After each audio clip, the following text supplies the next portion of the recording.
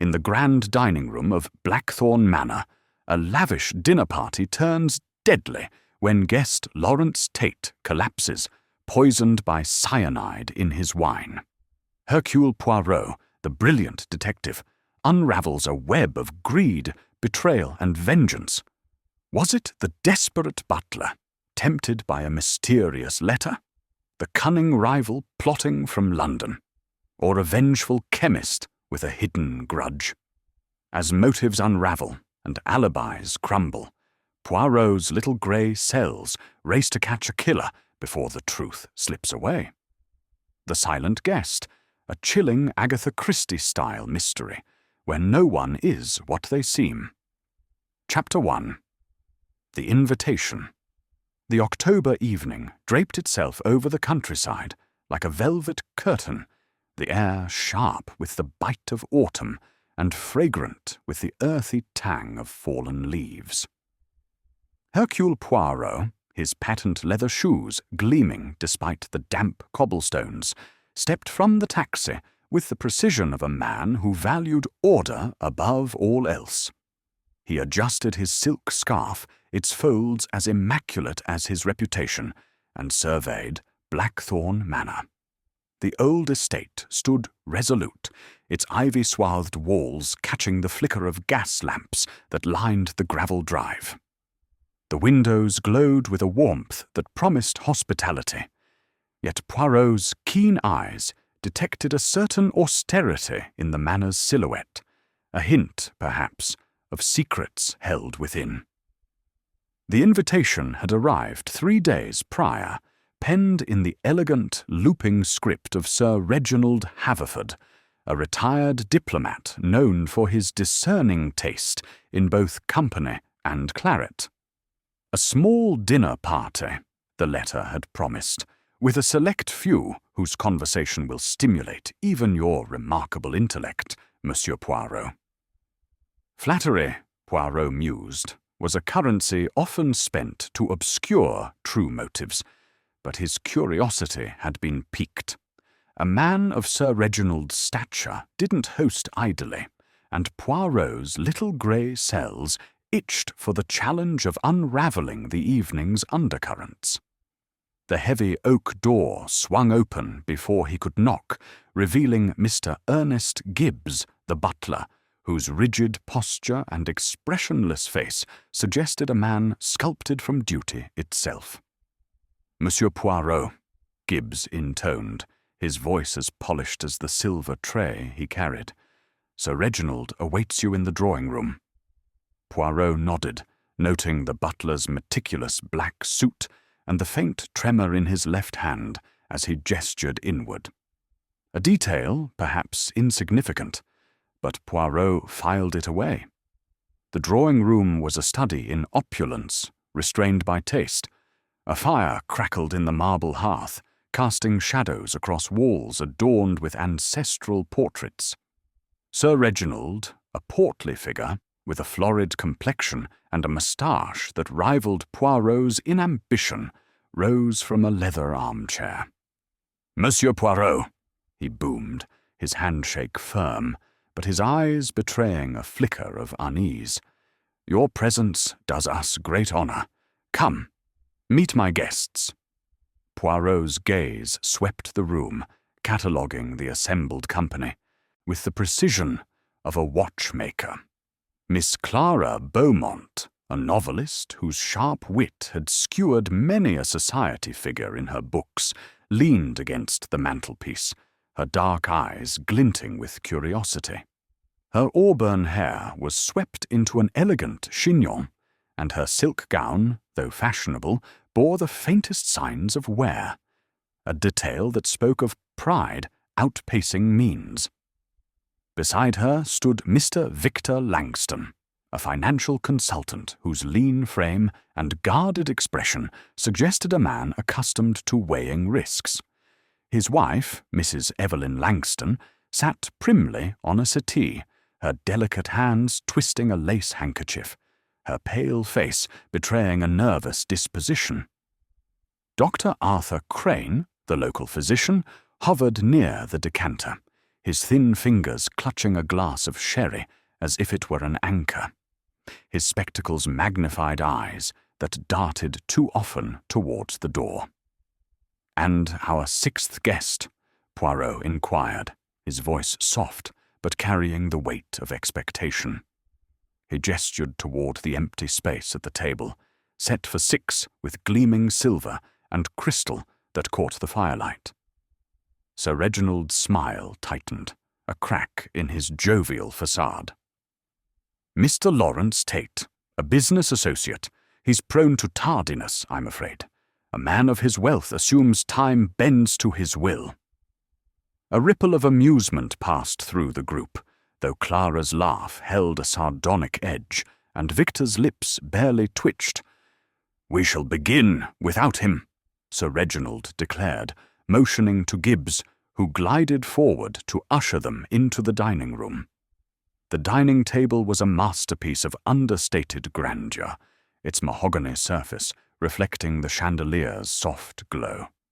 Each place setting was flawless, the napkins folded with geometric precision. Poirot took his seat, his eyes scanning the room as Gibbs served the first course, a velouté of mushroom, its aroma rich and earthy.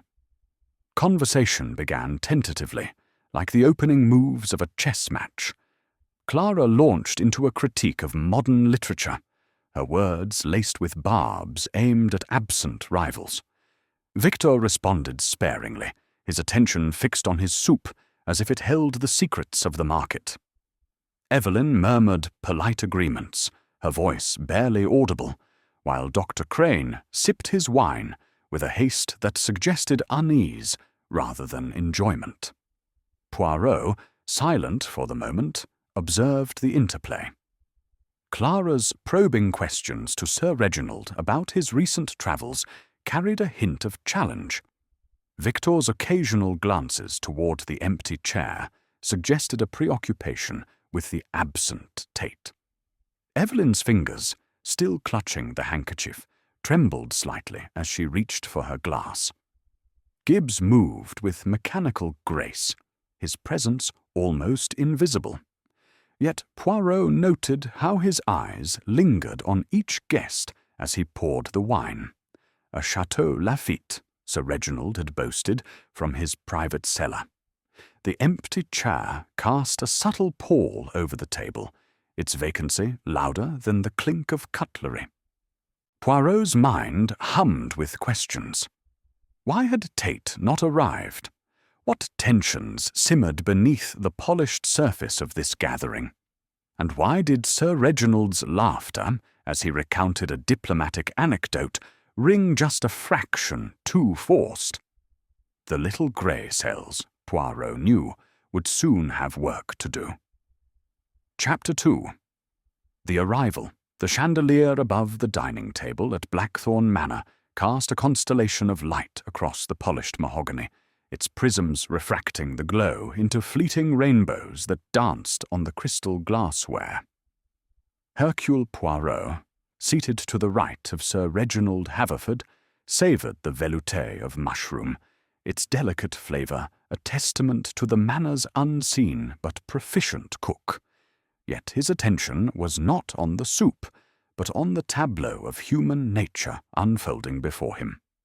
The 5 guests, Sir Reginald, Miss Clara Beaumont, Mr. Victor Langston, Mrs. Evelyn Langston, and Dr. Arthur Crane, formed a mosaic of guarded glances and calculated courtesies, their conversation a delicate fencing match of wit and restraint. The 6th chair, reserved for the tardy Mr. Lawrence Tate, remained a silent accusation of absence, its emptiness amplifying the undercurrents of tension that Poirot's keen senses detected. Sir Reginald, his florid cheeks flushed with the warmth of the room, and perhaps a touch too much claret, was regaling the table with a tale of his diplomatic days in Constantinople. His voice boomed with practiced charm, but Poirot noted the slight tremor in his hand as he gestured with his spoon, a detail that suggested more than mere enthusiasm. Clara Beaumont, her auburn hair catching the candlelight, interjected with a sharp quip about the follies of diplomats, her smile as cutting as her prose. Victor Langston, lean and hawk-like, offered only a curt nod, his eyes flicking toward the empty chair, as if it held the answer to some unspoken question. Evelyn Langston, her delicate frame swathed in pale blue silk, kept her gaze fixed on her plate, her fingers twisting the edge of her napkin into a tight knot. Dr. Crane, his spectacles glinting, sipped his wine with a frequency that bordered on compulsive, his nervous laughter punctuating the conversation at odd intervals.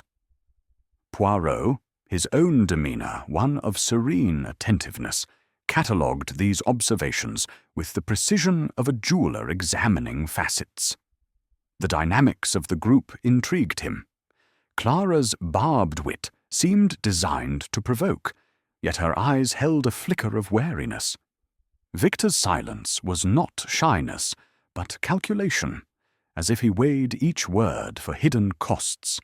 Evelyn's reticence suggested a private turmoil, her glances toward her husband fleeting but laden with unease, and Dr. Crane's agitation hinted at a man ill at ease in this company, his medical composure fraying at the edges. The butler, Mr. Ernest Gibbs, moved with the silent efficiency of a shadow, his black-clad figure gliding between guests to refill glasses or clear plates. Poirot noted the butler's meticulous care, the way his hands lingered a fraction too long when pouring wine for Sir Reginald, the faintest tightening of his lips as he passed Victor's chair. The first course had just been cleared when the distant chime of the doorbell cut through the murmur of conversation. Gibbs, with a deferential bow, excused himself, his footsteps echoing faintly on the polished floor of the hall. The table fell silent, the guests' eyes converging on the doorway, as if anticipating a revelation. Sir Reginald cleared his throat, attempting to resume his anecdote, but the words faltered, and he reached for his glass instead. Clara's fingers tapped lightly on the table, a restless rhythm, while Victor's posture stiffened, his gaze fixed on the entrance. Evelyn's hands stilled, her knuckles whitening around her napkin. Dr. Crane, mid-sip, coughed softly, setting his glass down with a clink that seemed to reverberate in the quiet.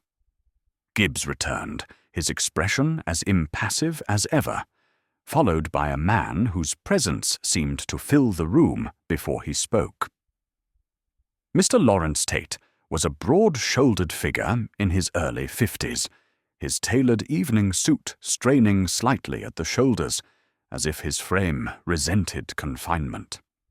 His face, ruddy from the chill of the October night, bore the confident lines of a man accustomed to command.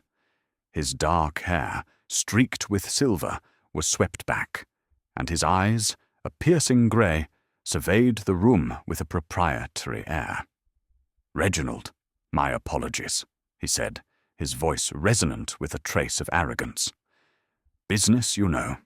It has a way of keeping one late." He strode to the empty chair, his movements deliberate, and settled into it with the ease of a king taking his throne. Sir Reginald's smile was a study in forced geniality. "Lawrence, you've kept us waiting, but we're delighted you've joined us at last." The words were warm, but Poirot detected a brittleness beneath them, a crack in the host's polished veneer. Clara raised an eyebrow, her lips curving into a smile that held more challenge than welcome. "Mr. Tate, you do make an entrance," she remarked, her tone light but edged with mockery. Victor's eyes narrowed, his fingers tightening around his fork, while Evelyn glanced at her husband, her expression unreadable. Dr. Crane muttered a vague greeting, his hand reaching for his glass once more. Gibbs, with his usual precision, placed a bowl of soup before Tate, who waved it away with a dismissive gesture. "I'll wait for the next course, Gibbs, but do pour me some of that excellent Lafitte." The butler complied, his movements fluid as he filled Tate's glass from the decanter on the sideboard. Poirot watched closely, noting the slight pause in Gibbs's hand as he poured, the way his eyes flicked toward Tate for a fraction of a second before resuming their blank neutrality. The wine, a deep ruby in the candlelight, seemed to draw Tate's attention, and he took a long sip, his expression softening with approval. "Reginald, your cellar never disappoints," he said, leaning back in his chair. The conversation resumed, but the atmosphere had shifted, as if Tate's arrival had stirred a current beneath the surface. He launched into a monologue about his latest venture, a textiles deal that promised to dominate the European market. His voice, rich and commanding, filled the room, but Poirot observed the reactions it provoked. Sir Reginald's smile grew tighter, his fingers drumming lightly on the table. Clara's eyes glinted with amusement, as if she were storing Tate's boasts for a future satire. Victor's jaw clenched, his gaze fixed on Tate with an intensity that bordered on hostility. Evelyn, her hands now folded in her lap, seemed to shrink further into herself, while Dr. Crane's nervous laughter punctuated Tate's pauses, though it lacked conviction. Poirot sipped his wine, his mind a whirl of observations. Tate's brash confidence suggested a man who thrived on dominance, yet there was a brittleness to his bravado, as if he sensed the room's unease. Sir Reginald's rivalry with Tate, hinted at in the invitation's subtext, was palpable now, a silent duel waged in glances and silences. Clara's probing questions about Tate's business dealings carried a needling quality, as if she sought to expose a flaw. Victor's restraint was a mask, his eyes betraying a resentment that ran deep. Evelyn's silence was not mere shyness, but a retreat, as if she feared the conversation's direction. Dr. Crane's agitation, meanwhile, seemed to stem from more than social discomfort. His frequent glances toward Tate suggested a personal stake in the man's presence. As Gibbs served the main course, a roast pheasant with a sauce of wild berries, Tate's laughter grew louder, fueled by the wine and his own anecdotes. He spoke of outmaneuvering competitors, of deals won through cunning and persistence, his words laced with a self-satisfaction that grated on the room. "The trick," he said, raising his glass, "is to know your opponent's weakness and exploit it without mercy." The remark hung in the air, and Poirot noted the flicker of anger in Victor's eyes, the way Clara's smile froze, and the sudden stillness of Sir Reginald's hand on his knife. "An interesting philosophy," Poirot remarked, his voice soft, but carrying the weight of curiosity. "And do you find, Monsieur Tate, that such tactics make many friends?" The question was gentle, almost playful, but it drew every eye to Tate, who laughed, a deep, rolling sound that failed to mask the tension it provoked. "Friends, Monsieur Poirot," Tate replied, his grey eyes locking on to Poirot's. "In business, one collects allies, not friends, and allies are kept by strength, not sentiment." He drained his glass, gesturing for Gibbs to refill it. The butler complied, his movements as precise as ever, though Poirot noted the faintest tremor in his hand as he poured, a detail that sparked a new thread of thought in the detective's mind.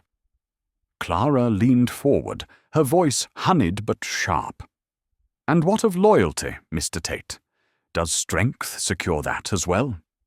Her question was a dart, and Tate's smile faltered for a moment before he recovered, launching into another tale of triumph. Poirot, however, was no longer listening to the words. His eyes followed Gibbs as he retreated to the sideboard, then shifted to the guests, each of whom seemed to wear a mask of civility over a private turmoil.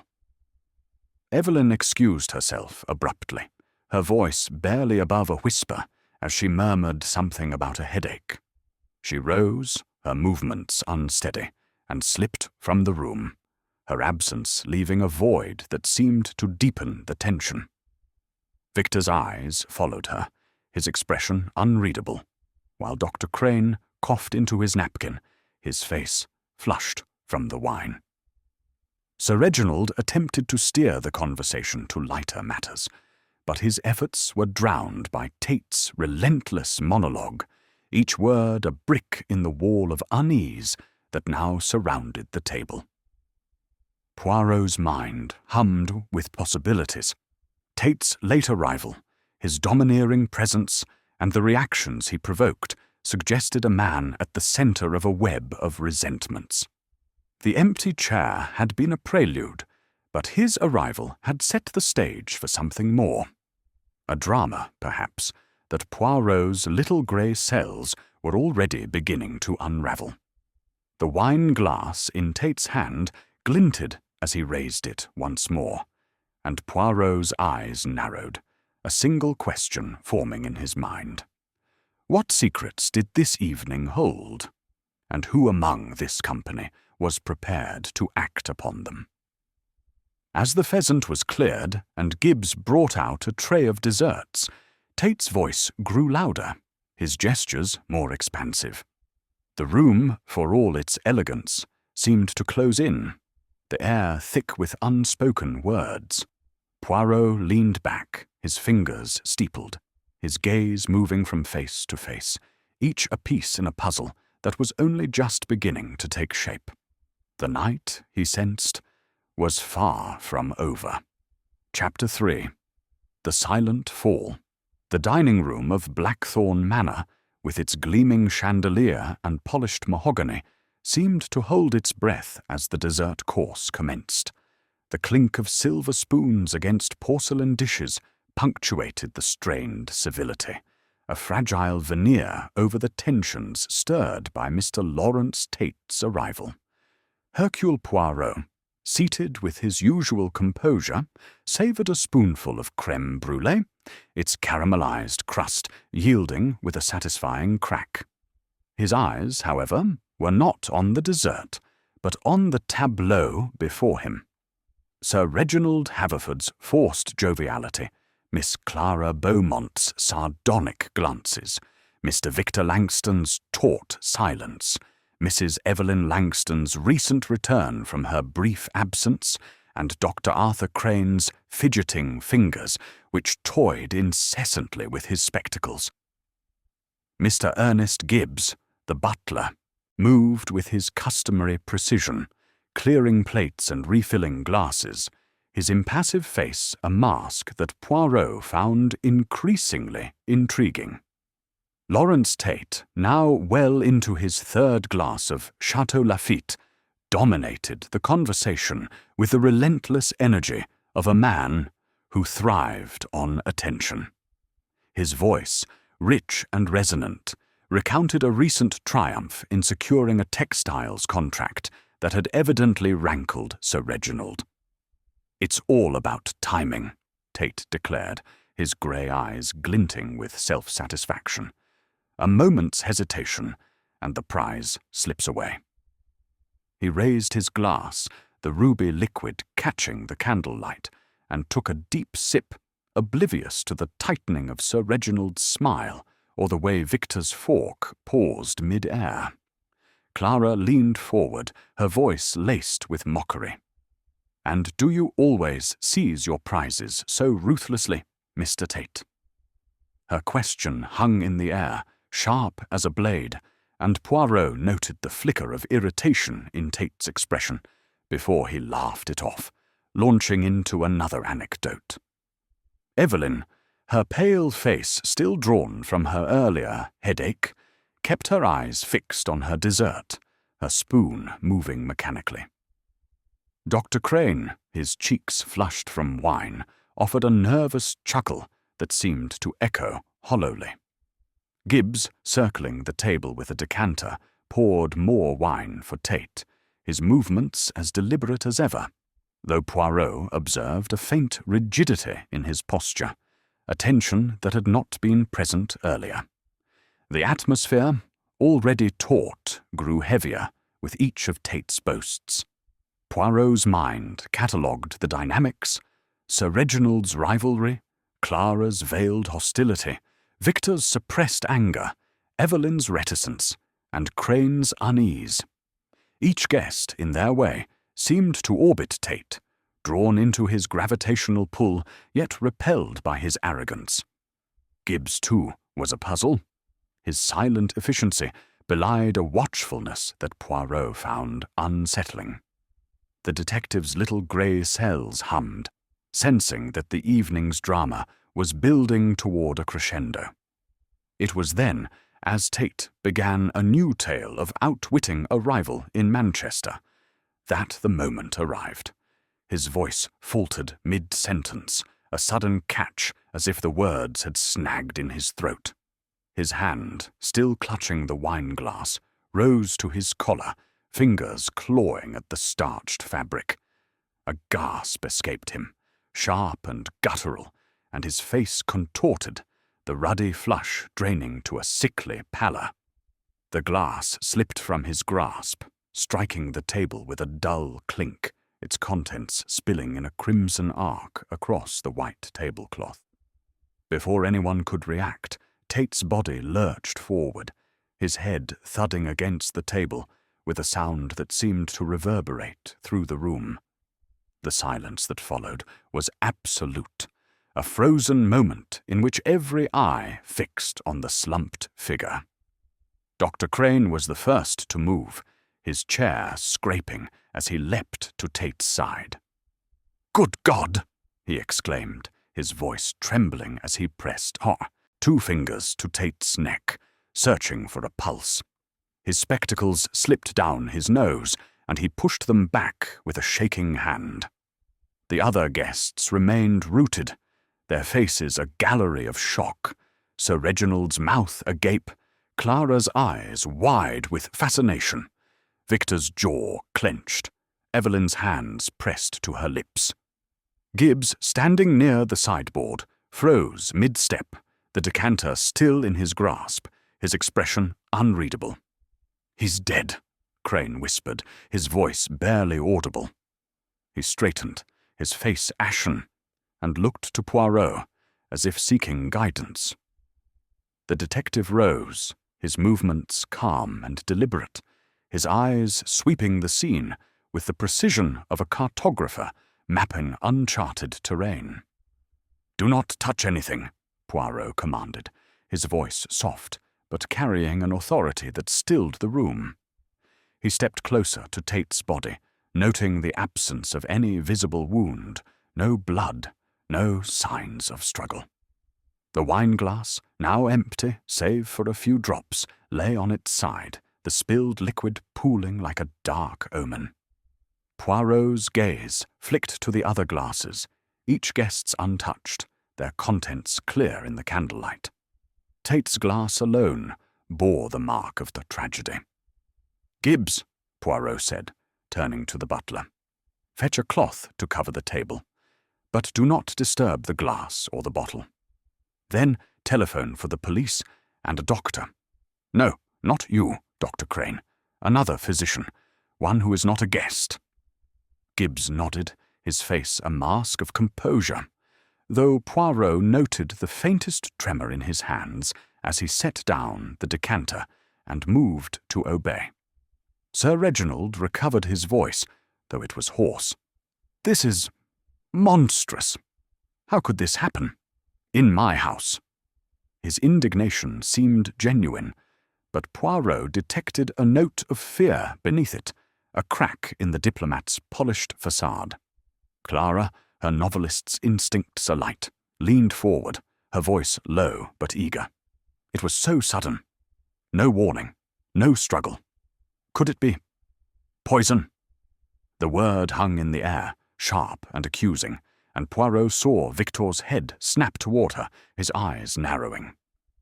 "Let us not speculate, Mademoiselle Beaumont," Poirot said, his tone mild but firm. "The facts, they will speak for themselves. For now, we must preserve the scene. No one is to leave this room until the police arrive." Evelyn, her hands still pressed to her mouth, let out a stifled sob. Victor placed a hand on her shoulder, his touch stiff, as if unaccustomed to comfort. "It's all right, Evelyn," he murmured, though his voice lacked conviction. Dr. Crane, still standing beside Tate's body, seemed to shrink into himself, his fingers fumbling with his spectacles as if they might shield him from the reality before him. Poirot's eyes returned to the table, to the spilled wine and the glass that had held it.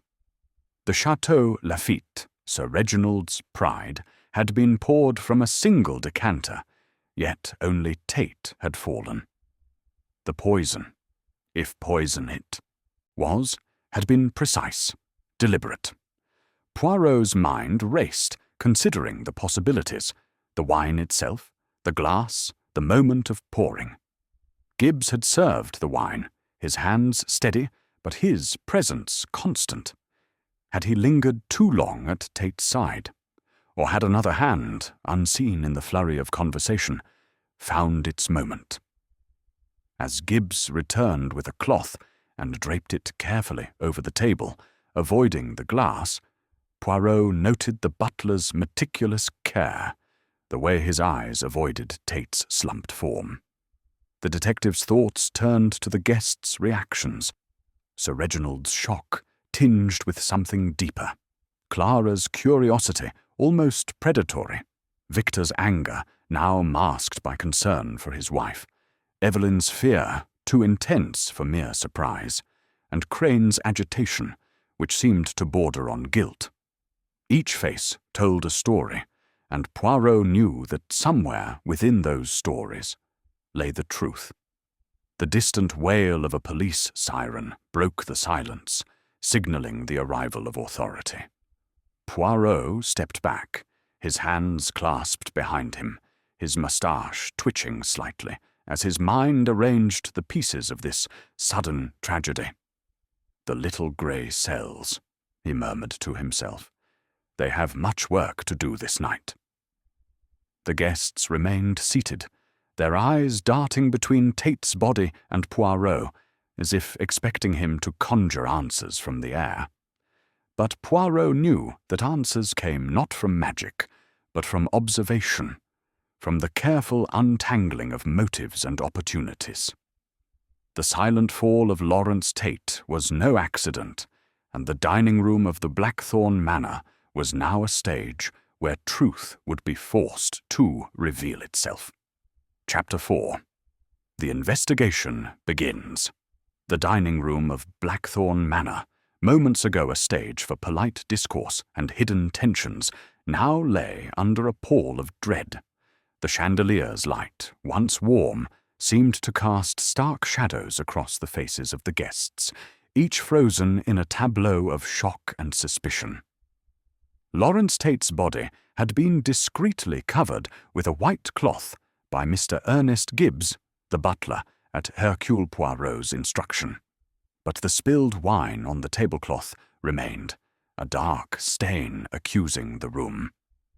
Poirot stood near the head of the table, his small, precise frame radiating an authority that belied his unassuming appearance. His green eyes, sharp as cut emeralds, moved from face to face, noting the pallor of Sir Reginald Haverford, the wide-eyed intensity of Miss Clara Beaumont, the rigid posture of Mr. Victor Langston, the trembling hands of Mrs. Evelyn Langston, and the restless fidgeting of Dr. Arthur Crane. The distant wail of the police siren had grown into a clamour, and now the heavy tread of boots echoed in the hall. Inspector Harrow, a burly man with a grizzled moustache and a demeanour that suggested little patience for subtleties, entered with 2 constables in tow. His eyes swept the scene, lingering on Tate's covered form before settling on Poirot. "Monsieur Poirot," said, his tone gruff, but tinged with reluctant respect. "I was told you were here. Seems death follows you like a shadow." Poirot inclined his head, his moustache twitching slightly. "It is not I who invites death, Inspector, but rather the human heart, which so often hides its darker impulses. We have a tragedy here, and it requires the order and method to unravel it." Harrow grunted, motioning to his constables to secure the room. "Right. Nobody leaves until we've got statements. Doctor's on his way for the body. But you, Crane, don't touch anything." Dr. Crane, his face ashen behind his spectacles, nodded mutely, his fingers clutching the edge of his chair. Poirot stepped forward, his voice calm but commanding. "Inspector, if I may suggest, the wine glass beside Monsieur Tate must be preserved, as must the decanter from which it was poured. The cause of death, it is not yet certain, but the suddenness suggests possibilities."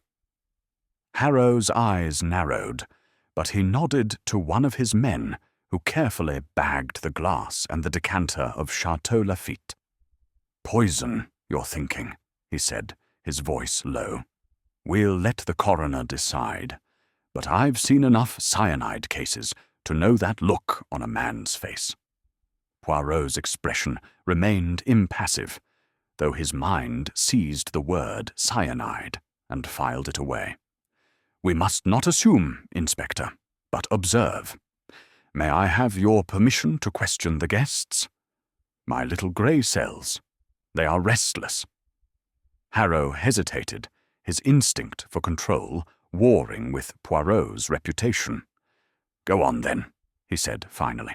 "But I'll be listening, and no one's to leave this manor until I say so." Poirot bowed slightly, then turned to the guests, who sat as if bound by an invisible thread. "Mes amis," he began, his voice soft, but carrying the weight of inevitability. "A man has died in our midst, and the truth it hides among us. I will speak with each of you in turn, in the library, where we may have privacy. Sir Reginald, if you will permit the use of your room." Sir Reginald, his florid complexion now mottled with unease, nodded. "Of course, Monsieur Poirot.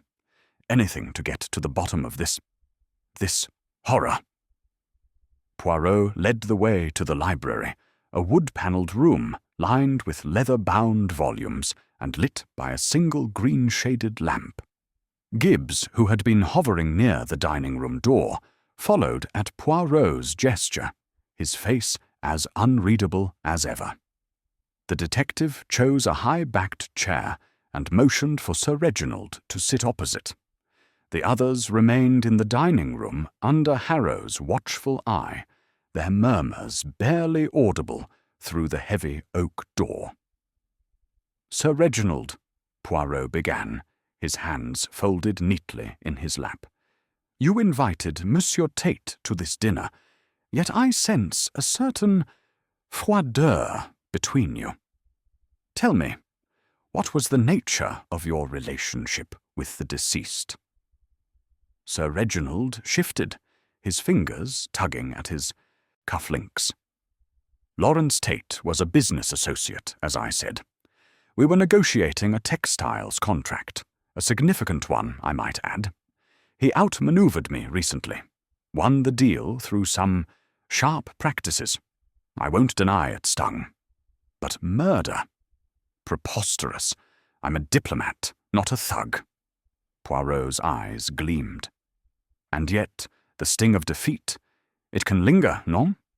Did you have opportunity to handle the wine or the glass before it reached Monsieur Tate?" Sir Reginald bristled. "I was at the table, same as everyone else. Gibbs poured the wine. If there's blame to be laid, look to him. His voice carried a defensive edge, and Poirot noted the way his eyes darted toward the door, as if seeking escape. Next came Clara Beaumont, her auburn hair catching the lamplight as she settled into the chair with a writer's poise, her gaze meeting Poirot's with a mixture of defiance and curiosity. "Monsieur Poirot," she said, before he could speak, "I know what you're thinking. A novelist, always sniffing out motives. But I barely knew Tate. He was a bore, nothing more." Poirot tilted his head. "And yet, mademoiselle, your questions to him at dinner were pointed, as if you sought to unsettle him. Why such interest in a man you claim to scarcely know?" Clara's lips curved into a faint smile, but her eyes flickered. "I observe, Monsieur Poirot, as you do. Tate's arrogance was a challenge, and I enjoy a challenge, but I had no reason to wish him dead." Her fingers brushed the edge of her sleeve, a nervous gesture that belied her confidence. Victor Langston followed, his lean frame taut as he sat, his eyes cold and calculating. "Tate swindled me," he admitted bluntly when Poirot pressed him. "A deal last year, textiles again. He undercut me, cost me a fortune. I despised him, but I'm no murderer. I was at the table when he collapsed, same as you." Poirot leaned forward. "And your wife, Monsieur Langston. She left the room shortly before the tragedy. Did she speak of Tate, perhaps, or seem distressed by his presence?" Victor's jaw tightened. "Evelyn's delicate. Crowds unsettle her. She had a headache, nothing more." His tone was protective, but Poirot noted the slight hesitation, as if he were guarding more than his wife's health. Evelyn herself was next, her pale hands trembling as she clutched her handkerchief. "I didn't know Mr. Tate well," she whispered, her voice barely audible. "I left because I felt unwell. I was in the powder room when it happened." Her eyes, wide and fearful, avoided Poirot's, and he sensed a truth withheld, though he did not press her yet. Dr. Crane, his spectacles fogging slightly from nervous perspiration, was the last of the guests. "I prescribed Tate sedatives some months ago," he confessed, his voice unsteady. "For insomnia, nothing more. I had no reason to harm him. I was as shocked as anyone when he collapsed." His hands fumbled with his glasses, and Poirot noted the sweat beading on his brow, a sign of more than mere surprise. Finally, Poirot summoned Gibbs. The butler stood ramrod straight, his face a mask of professionalism. "I served the meal as instructed, Monsieur Poirot," he said, his voice even. "I poured the wine from the decanter, which came from Sir Reginald's cellar. I noticed nothing unusual." Poirot's eyes narrowed. "And yet, Monsieur Gibbs, you were the last to handle Monsieur Tate's glass. Did you, perhaps, observe anyone near it before you poured?" Gibbs's lips tightened fractionally. "No, sir. The room was busy. People talking. I was focused on my duties." His response was too precise, Poirot thought, as if rehearsed. As Gibbs returned to the dining room, Inspector Harrow entered, holding a preliminary report from the coroner, who had arrived during Poirot's interviews. "Cyanide," Harrow said grimly, "in Tate's glass, and only his. The decanter's clean, so it was added after the pour. Fast-acting, too. Dead within minutes." Poirot nodded, his mind racing. The poison's precision pointed to intent, and Gibbs's role as the pourer made him a focal point, yet the guest's motives could not be ignored. Sir Reginald's rivalry, Clara's evasiveness, Victor's losses, Evelyn's absence, and Crane's sedatives, all were threads in a tapestry of suspicion. The library's lamplight flickered as Poirot steepled his fingers, his little grey cells already weaving those threads into a pattern. The truth, he knew, was close, but it would require careful unravelling. Chapter 5. The Wine's Secret. The library of Blackthorn Manor, with its rows of leather-bound volumes and the faint scent of aged paper, provided a haven of quiet where Hercule Poirot could order his thoughts. The green-shaded lamp cast a soft glow over the desk where he sat, his small, meticulous hands folded as he reviewed the evening's grim events. The dining room, now under Inspector Harrow's watchful guard, held the remnants of tragedy. Lawrence Tate's lifeless form, covered but not forgotten, and the wine-glass, its spilled contents, a silent accusation. The coroner's report, delivered with Harrow's brusque efficiency, confirmed cyanide in Tate's glass alone, a deliberate act, precise and personal. Poirot's little grey cells hummed with purpose, for the wine that celebrated Chateau Lafite held the key to unravelling the mystery. Inspector Harrow, his grizzled face set in a scowl, had reluctantly agreed to let Poirot examine the dining room before the evidence was fully catalogued. "Don't meddle too much, Poirot," he growled, though his tone carried a grudging acknowledgment of the detective's reputation. "My men are thorough, but if you spot something, I want to know." Poirot inclined his head, his moustache twitching with the faintest hint of amusement. "The eyes of Hercule Poirot, Inspector. They see what others overlook. It is not meddling, but method." With that, he returned to the dining room, where the guests remained under the constable's supervision, their faces a gallery of unease. Sir Reginald's forced calm, Clara Beaumont's sharp curiosity, Victor Langston's guarded tension, Evelyn Langston's pallid fear, and Dr. Arthur Crane's nervous fidgeting.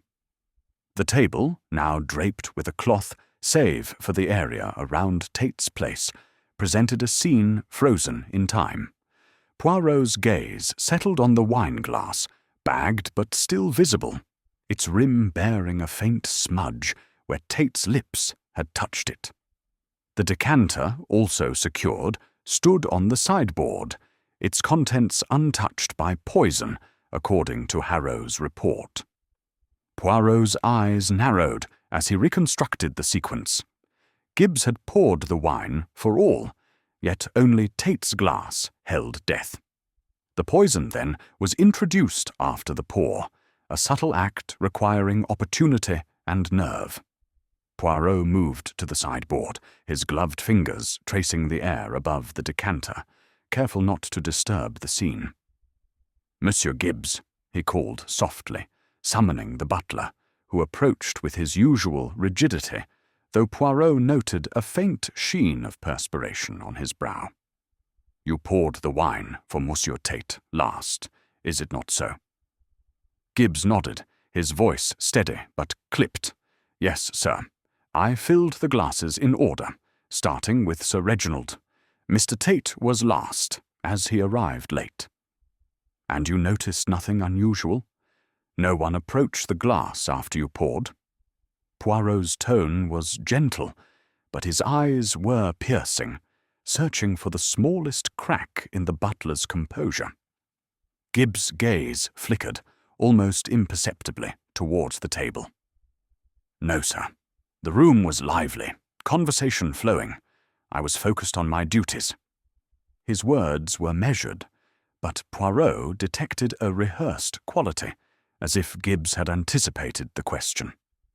The detective turned to the table, his mind replaying the dinner. Clara's sharp wit had held the room's attention, her anecdotes drawing laughter and distraction. Victor had been silent, his eyes often on Tate. Evelyn had left briefly, her absence coinciding with the moments before Tate's collapse.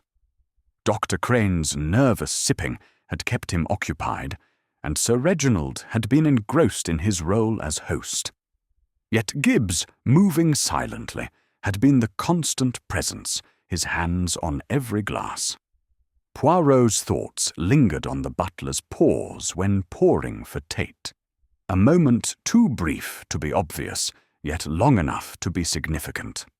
Leaving the dining room, Poirot requested permission to visit the kitchen, where the wine had originated.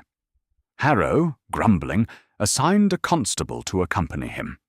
The kitchen, a bustling domain of copper pots and lingering aromas, was staffed by a cook, Mrs. Hargreaves, and a young scullery maid, Nellie. Both women, flustered by the evening's events, confirmed that the Chateau Laffitte had been sealed when Gibbs retrieved it from the cellar. "I saw him fetch it myself," Mrs. Hargreaves said, her plump hands wringing a dishcloth. "The bottle was unopened, and he decanted it right here before taking it to the dining room." Nellie, wide-eyed and barely 16, nodded vigorously. "Mr. Gibbs was particular about it, sir. Said it was Sir Reginald's finest vintage. He poured it into the decanter and carried it out straight away." Poirot's eyes scanned the kitchen, noting the orderly rows of spices, the gleaming knives, and the sink where Nellie scrubbed pots. "And no one else handled the bottle or the decanter?" he asked, his voice soft but insistent. Both women shook their heads. "No, sir," Mrs. Hargreaves said. "Mr. Gibbs is particular about the wine. He don't let anyone near it." Returning to the library, Poirot sat, his fingers steepled, his mind a whirl of possibilities. The decanter was clean, the bottle sealed until Gibbs opened it. The poison, then, had been added in the dining room, likely to the glass itself.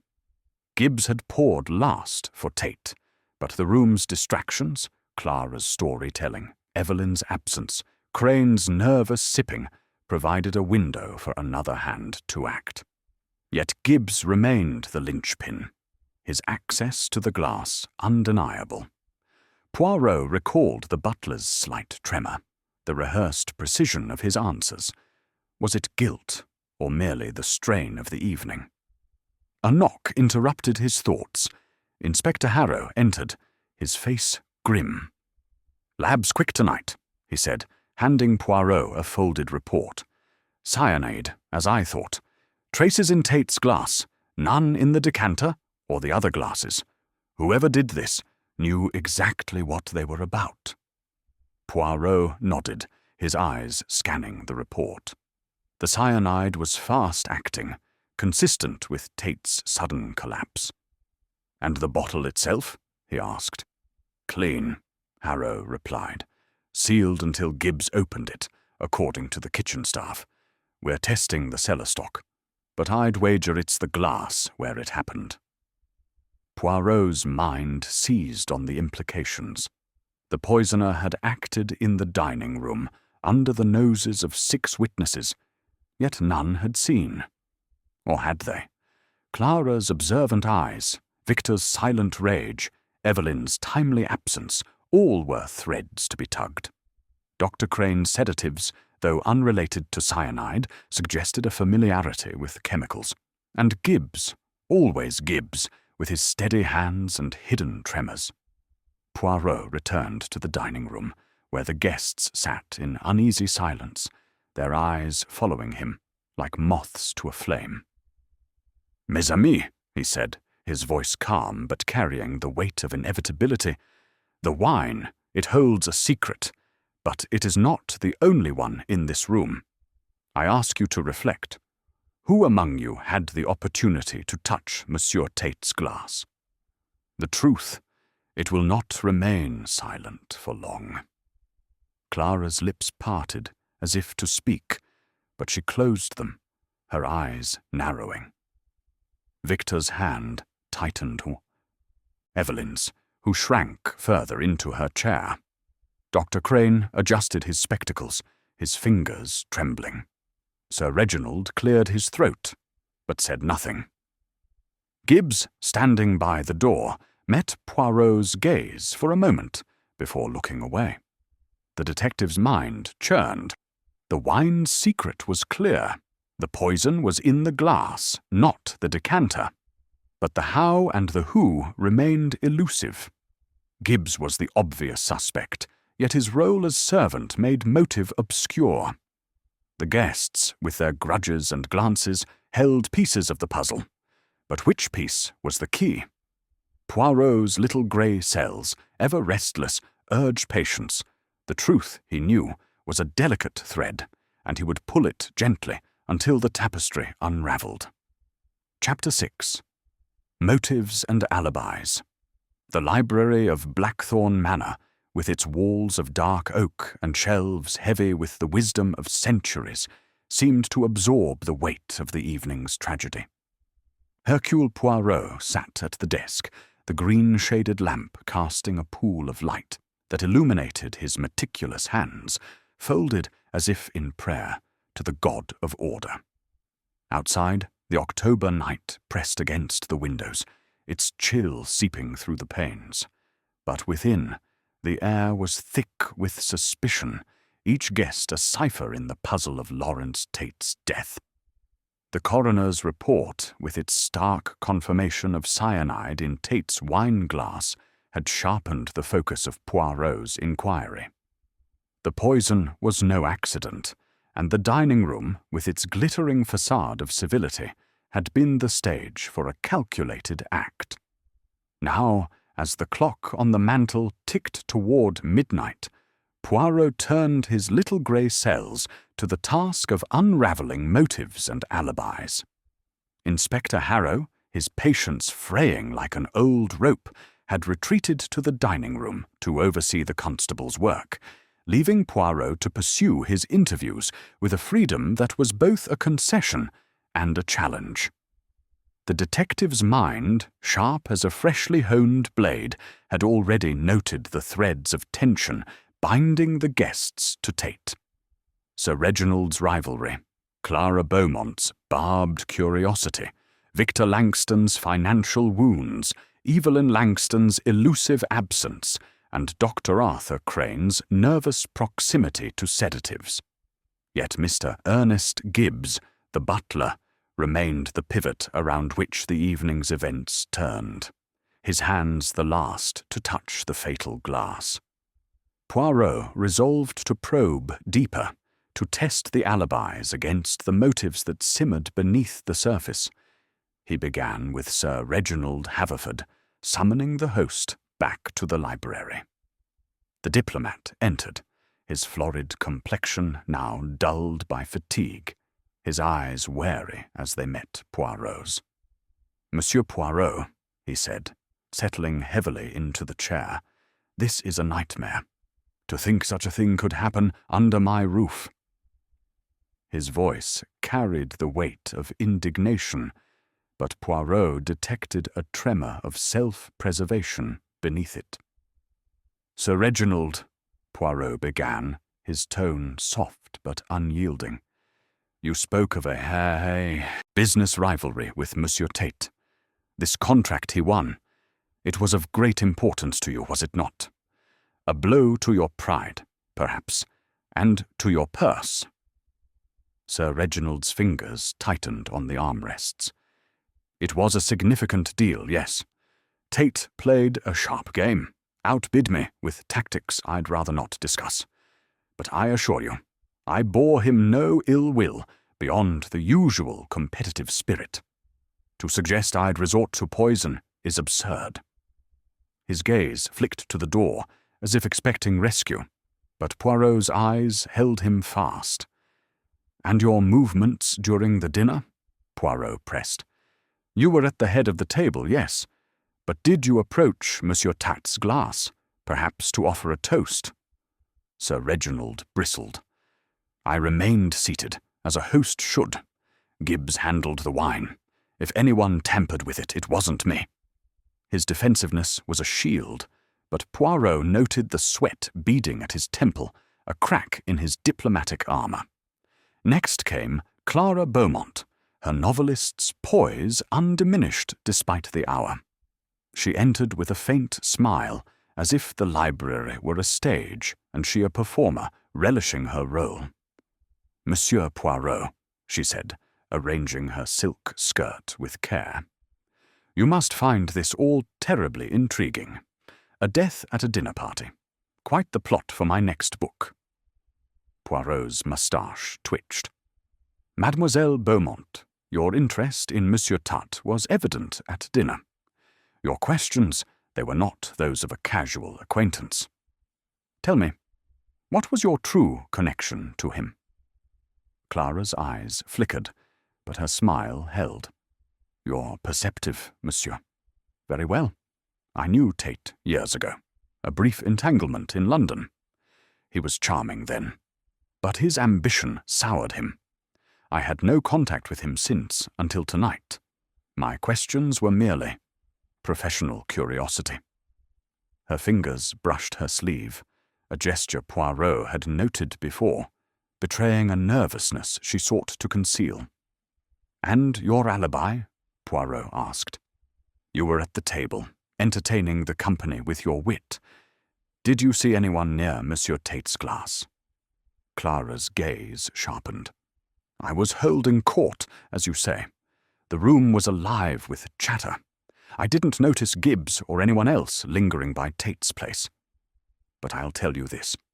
Someone wanted him dead, and they were clever about it." Her tone was almost admiring, and Poirot filed away her detachment as a clue in itself. Victor Langston entered next, his lean frame taut with suppressed energy. His eyes, cold and calculating, met Poirot's with a challenge. "I've told you already," he said, before Poirot could speak. "Tate ruined me financially. I hated him for it, but I didn't kill him. I was at the table, watching him boast, when he collapsed." Poirot leaned forward, his voice a velvet probe. "Monsieur Langston, hatred is a powerful motive. And your wife, she left the room shortly before the tragedy. Could she have acted on your behalf? Perhaps to avenge your losses?" Victor's jaw clenched, his voice low and fierce. "Leave Evelyn out of this. She's fragile, not a murderer. She was in the powder room, as she said. I didn't touch Tate's glass, and neither did she." His protectiveness was fierce, but Poirot noted the way his hands balled into fists, as if guarding a deeper truth.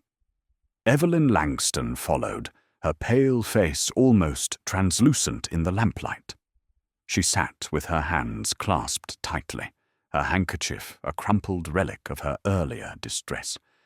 "I don't know anything," she whispered, her voice barely audible. "I was unwell, I told you.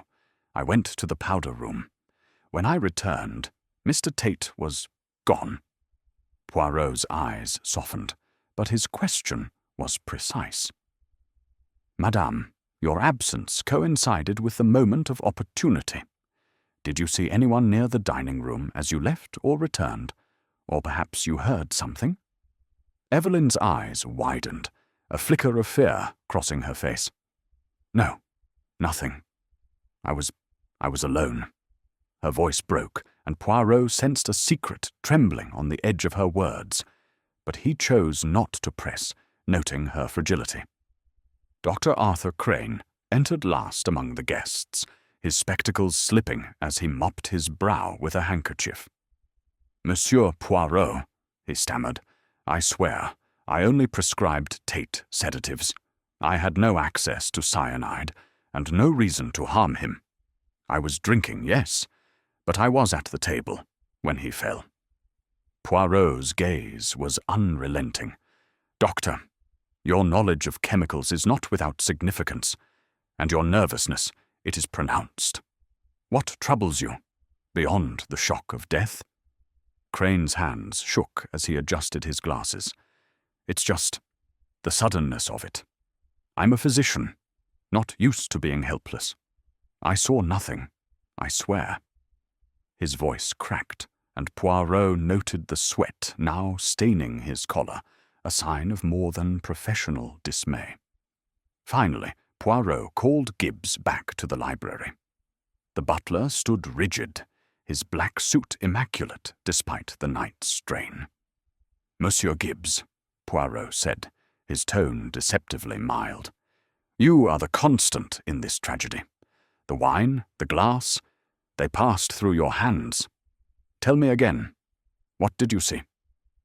Gibbs's face remained a mask, but his eyes betrayed a flicker of unease. "As I said, sir, I poured the wine and served the meal. The room was busy, people talking. I didn't see anyone near Mr. Tate's glass after I poured." His voice was steady, but Poirot detected a rehearsed cadence, a careful construction of words. "And yet," Poirot pressed, leaning forward, "you received a letter, did you not? A letter offering money to ensure Monsieur Tate's discomfort?" Gibbs's composure cracked, his lips parting in surprise. "How did you—" He stopped, his hands clenching briefly before he regained control. "Yes, sir. A letter came a few days ago, typed, unsigned. It offered £5,000 to add something to Mr. Tate's drink, to make him ill, not kill him. I ignored it, I swear it." His voice was low, almost pleading, and Poirot noted the desperation in his eyes, a glimpse of a man caught in a trap. "Show me this letter," Poirot said, his tone unyielding. Gibbs hesitated, then nodded. "It's in my quarters. I'll fetch it." He left under the watchful eye of a constable, returning moments later with a single sheet of paper, typed and devoid of signature. Poirot read it carefully, noting the precise instructions to add a substance to Tate's drink during the dinner. The postmark was London, and the paper bore no fingerprints, a detail Harrow's men would soon confirm. Poirot dismissed Gibbs, his mind racing. The letter was a new thread, one that pointed beyond the manor to an external hand. Yet Gibbs's admission, while damning, did not fully explain the cyanide's presence. The butler's motive, money, perhaps for a personal need, required further exploration. And the guests, with their tangled connections to Tate, could not be dismissed. Sir Reginald's pride, Clara's past, Victor's ruin, Evelyn's absence, Crane's chemicals, all were pieces in a mosaic that Poirot was determined to complete. As he returned to the dining room, where the guests sat in uneasy silence, Poirot's eyes gleamed with purpose. "The motives, they are many," he murmured to himself, "but the alibi, it is the key. The little grey cells, they will find it." The night was far from over, and the truth, like the cyanide in Tate's glass, was precise and deadly. Chapter 7. The Hidden Hand, the library of Blackthorn Manor, with its heavy oak shelves and the faint musk of old leather, seemed to close in around Hercule Poirot as he sat at the desk, the typed letter from Mr. Ernest Gibbs's quarters lying before him like a cipher to a darker truth. The single sheet, its words stark and mechanical, offered £5,000 to ensure Lawrence Tate's discomfort at the dinner party, a euphemism that had culminated in cyanide and death.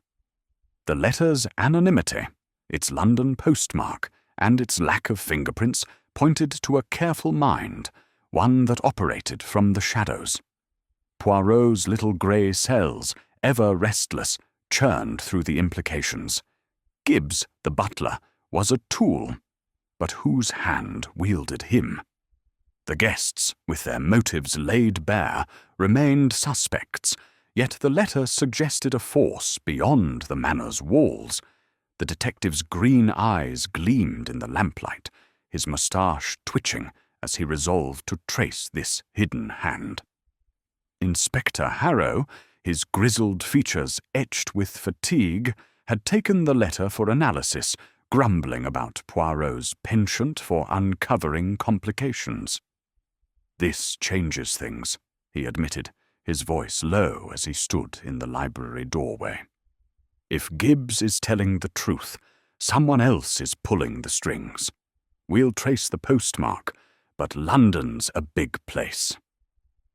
His tone carried a grudging respect for Poirot's discovery, though his scowl suggested he preferred simpler crimes. Poirot nodded, his hands steepled. "The strings, Inspector. They are always there. But it is the puppeteer we must find. I propose a journey to London to seek the source of this letter. But first, we must test the threads here, in this house." Harrow agreed, assigning a constable to guard the manor while he arranged for the letter's forensic examination. Poirot, however, turned his attention back to the dining room, where the guests sat under the constable's watchful eyes, their faces a mosaic of unease. Sir Reginald Haverford's posture was rigid, his diplomatic mask fraying. Clara Beaumont's gaze darted with a novelist's hunger for detail. Victor Langston's hands were clenched, his eyes cold. Evelyn Langston's pallor had deepened, her handkerchief a sodden knot, and Dr. Arthur Crane's fingers fumbled with his spectacles, his nervousness almost palpable. Gibbs, standing by the sideboard, maintained his stoic facade, but Poirot noted the faint tremor in his hands, a sign of a man burdened by more than duty. Returning to the library, Poirot summoned Gibbs once more, determined to probe the butler's confession further. Gibbs entered, his black suit immaculate, but his eyes betraying a flicker of dread. "Monsieur Gibbs," Poirot began, his voice soft but piercing. "This letter, it speaks of money, a great sum for a man in your position. Tell me, what need drove you to consider such an act?" Gibbs's lips tightened, his gaze dropping to the floor. "My wife, sir," he said, his voice low and strained. "She's been ill. Consumption. The treatments, they're costly, and my wages, they're not enough. The letter promised relief, a way to save." The detective's eyes softened, but his question was unrelenting. "And yet, you say you ignored the letter. Why then, keep it? Why not destroy such a dangerous thing?" Gibbs hesitated, his hands clasping briefly before he answered. I thought it might be evidence, sir. If something went wrong, I could show I'd not acted on it." His voice wavered, and Poirot noted the strain, the careful choice of words that suggested truth mingled with omission.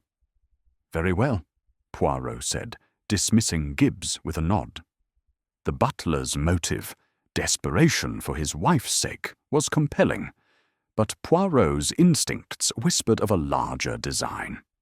The letter's London postmark pointed to a city where Tate's business dealings had made enemies. Poirot recalled a name from his inquiries, Mr. Harold Grayson, a textiles magnate whose rivalry with Tate was whispered in financial circles. Grayson's wealth and influence made him a plausible architect of such a scheme. But proof was needed. With Harrow's permission, Poirot arranged to travel to London the next morning, leaving the manor under police supervision. Before departing, he requested a final word with each guest, seeking any hint of connection to Grayson. Sir Reginald, when questioned, admitted to knowing Grayson professionally. "A ruthless man," he said, his voice tight. "He and Tate were like wolves circling the same prey. But I've no dealings with him beyond the occasional meeting." Clara Beaumont, her novelist's flair undimmed, raised an eyebrow at Grayson's name. "I've heard of him," she said, her tone speculative. "A man who buys loyalty like one buys good cloth by the yard. But I've never met him." Her fingers brushed her sleeve, a nervous habit Poirot noted once more, suggesting a truth she guarded. Victor Langston's reaction was more visceral. "Grayson," he spat, his eyes flashing. "Another of Tate's ilk, cut from the same cloth. If he's involved, I wouldn't be surprised. But I've no proof, and I didn't touch Tate's glass." His anger was raw, and Poirot sensed a deeper wound, perhaps tied to both Tate and Grayson. Evelyn Langston, trembling as she entered the library, claimed ignorance of Grayson. "I don't know business matters," she whispered, her eyes avoiding Poirot's. "Victor handles all that." Her fragility seemed genuine, but Poirot noted her quick glance toward the door, as if fearing her husband's reaction.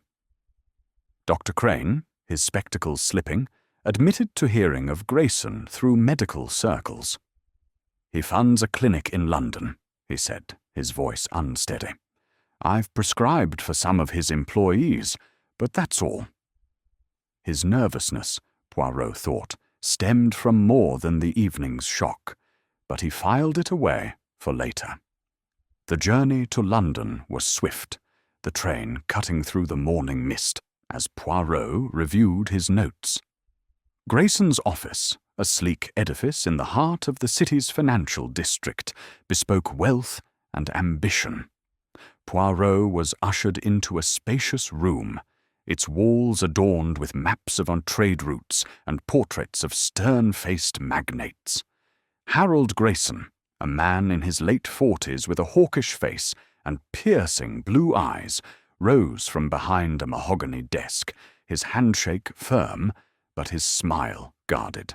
"Monsieur Poirot," Grayson said, his voice smooth as polished stone. "To what do I owe this visit? I heard of Tate's death. Shocking, of course." His tone was measured, but Poirot detected a flicker of calculation in his eyes. Poirot, his demeanour serene, produced a copy of the letter, provided by Harrow's men. "Monsieur Grayson, this letter, it originates from London. It offers a substantial sum to harm Monsieur Tate. Your name, it is linked to him through rivalry. What do you know of this?"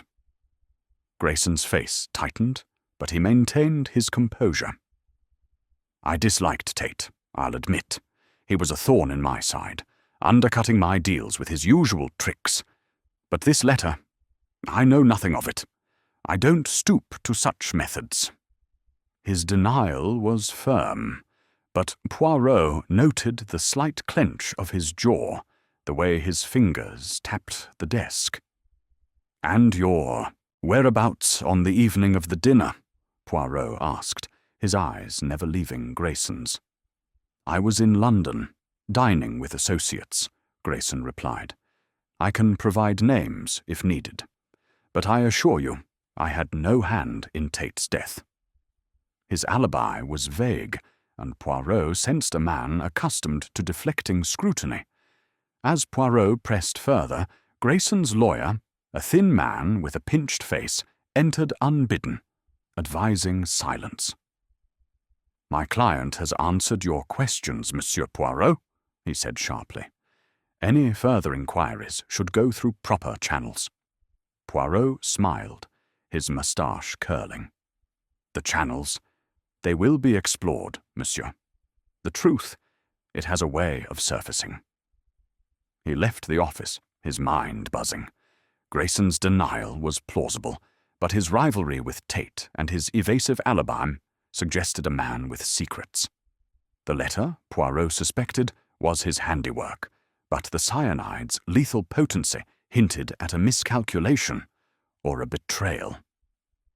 Back at Blackthorn Manor, Poirot shared his findings with Harrow, who confirmed the letter's postmark traced to a busy London post office, offering no clear lead.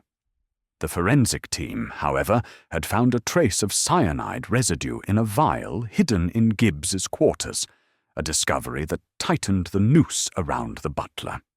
Yet Poirot's instincts whispered of a larger web, with Grayson at its centre and Gibbs as a reluctant strand. As the guests gathered in the drawing room, their faces drawn with the strain of suspicion, Poirot's mind turned to the next step. "The hidden hand," he murmured. "It moves with cunning, but it cannot hide forever. The little grey cells, they will find its trace." The puzzle was far from solved, but the threads were tightening, and Poirot knew the truth was within reach. Chapter 8. The Servant's Tale. The library of Blackthorn Manor, with its sombre oak panelling and the faint glow of the green-shaded lamp, had become Hercule Poirot's sanctuary of deduction. The air was heavy with the scent of old books and the lingering tension of a house-turned-crime scene. The typed letter, its stark words offering £5,000 to harm Lawrence Tate, lay on the desk before Poirot, a silent accusation against Mr. Ernest Gibbs, the butler whose hands had poured the fatal glass of wine. The discovery of a cyanide vial in Gibbs's quarters, reported by Inspector Harrow's men, had cast a damning shadow, yet Poirot's little grey cells urged caution. The letter's London postmark and the shadow of Harold Grayson, Tate's rival, suggested a conspiracy that stretched beyond the manor's walls. Gibbs was a piece of the puzzle, but was he the hand that placed the poison, or merely a pawn in a larger game? Poirot leaned back in the high-backed chair, his fingers steepled, his eyes half-closed, as he summoned the butler for a final reckoning. The clock on the mantel ticked past 1 in the morning, its rhythm a steady counterpoint to the chaos of the night. Inspector Harrow, his patience worn thin, had retreated to the dining-room to coordinate with his constables, leaving Poirot to unravel the servant's tale. The guests, Sir Reginald Haverford, Clara Beaumont, Victor Langston, Evelyn Langston, and Dr. Arthur Crane, remained under guard in the drawing-room, their faces etched with exhaustion and suspicion, each a potential thread in the web of deceit. Gibbs entered, his black suit as immaculate as ever, but his posture betrayed a man under strain. His hands, usually steady, clasped briefly before falling to his sides, and his eyes, though trained to neutrality, flickered with a quiet dread. "Monsieur Poirot," he said, his voice low but steady, "you wished to see me again." Poirot's gaze was unrelenting, his voice soft but piercing. "Monsieur Gibbs, the evidence, it mounts against you. The letter, the vial of cyanide found in your quarters, these are not the possessions of an innocent man. Yet you claim you ignored the letter's instructions. Tell me, why should Hercule Poirot believe you?" Gibbs's face paled, his lips parting, as if to protest, but he hesitated, his shoulders sagging slightly. I spoke the truth, sir," he said, his voice cracking. "The letter came 5 days ago, offering money to make Mr. Tate ill. I kept it because I was afraid of what it meant, afraid to destroy it. But I swear, I didn't act on it. I didn't put anything in his glass." Poirot leaned forward, his eyes narrowing. "And the vial, Monsieur Gibbs? How does a butler come to possess cyanide, hidden in his own quarters?" Gibbs's hands trembled, and he clasped them tightly to still them. "I don't know how it got there, sir. I swear it. Someone must have placed it to make me look guilty. I'm a servant, not a chemist. I've no knowledge of poisons." His voice rose, a note of desperation breaking through his usual composure. Poirot's moustache twitched, his mind cataloguing the butler's words and manner. The desperation seemed genuine, yet the vial's presence was a fact that could not be dismissed. "You spoke of your wife's illness," Poirot said, his tone gentler but no less probing. "The money. It was a temptation, no? £5,000, a sum to ease her suffering. Tell me, who knew of your need?" Gibbs's eyes dropped to the floor, his voice barely audible. "No one, sir. I keep my troubles private. Mrs. Hargreaves, the cook, knows my wife's been ill, but not the cost of it. I told no one about the letter, not even her." He paused, his brow furrowing. "But the letter mentioned my wife, sir. It said the money would see to her care. Whoever sent it knew." Poirot's eyes gleamed, a new thread emerging in the tapestry of the case. The letter's reference to Gibbs's wife suggested a personal knowledge that narrowed the field of suspects. Harold Grayson, the London magnate, had the means and motive to exploit such a vulnerability. But how had he learned of Gibbs's private struggles? Poirot filed the question away, his mind turning to the mechanics of the crime. "Describe the moment you poured Monsieur Tate's wine," he said. "Every detail, if you please." Gibbs swallowed, his memory straining under Poirot's scrutiny. "It was during Miss Beaumont's story, sir, about her travels in Italy.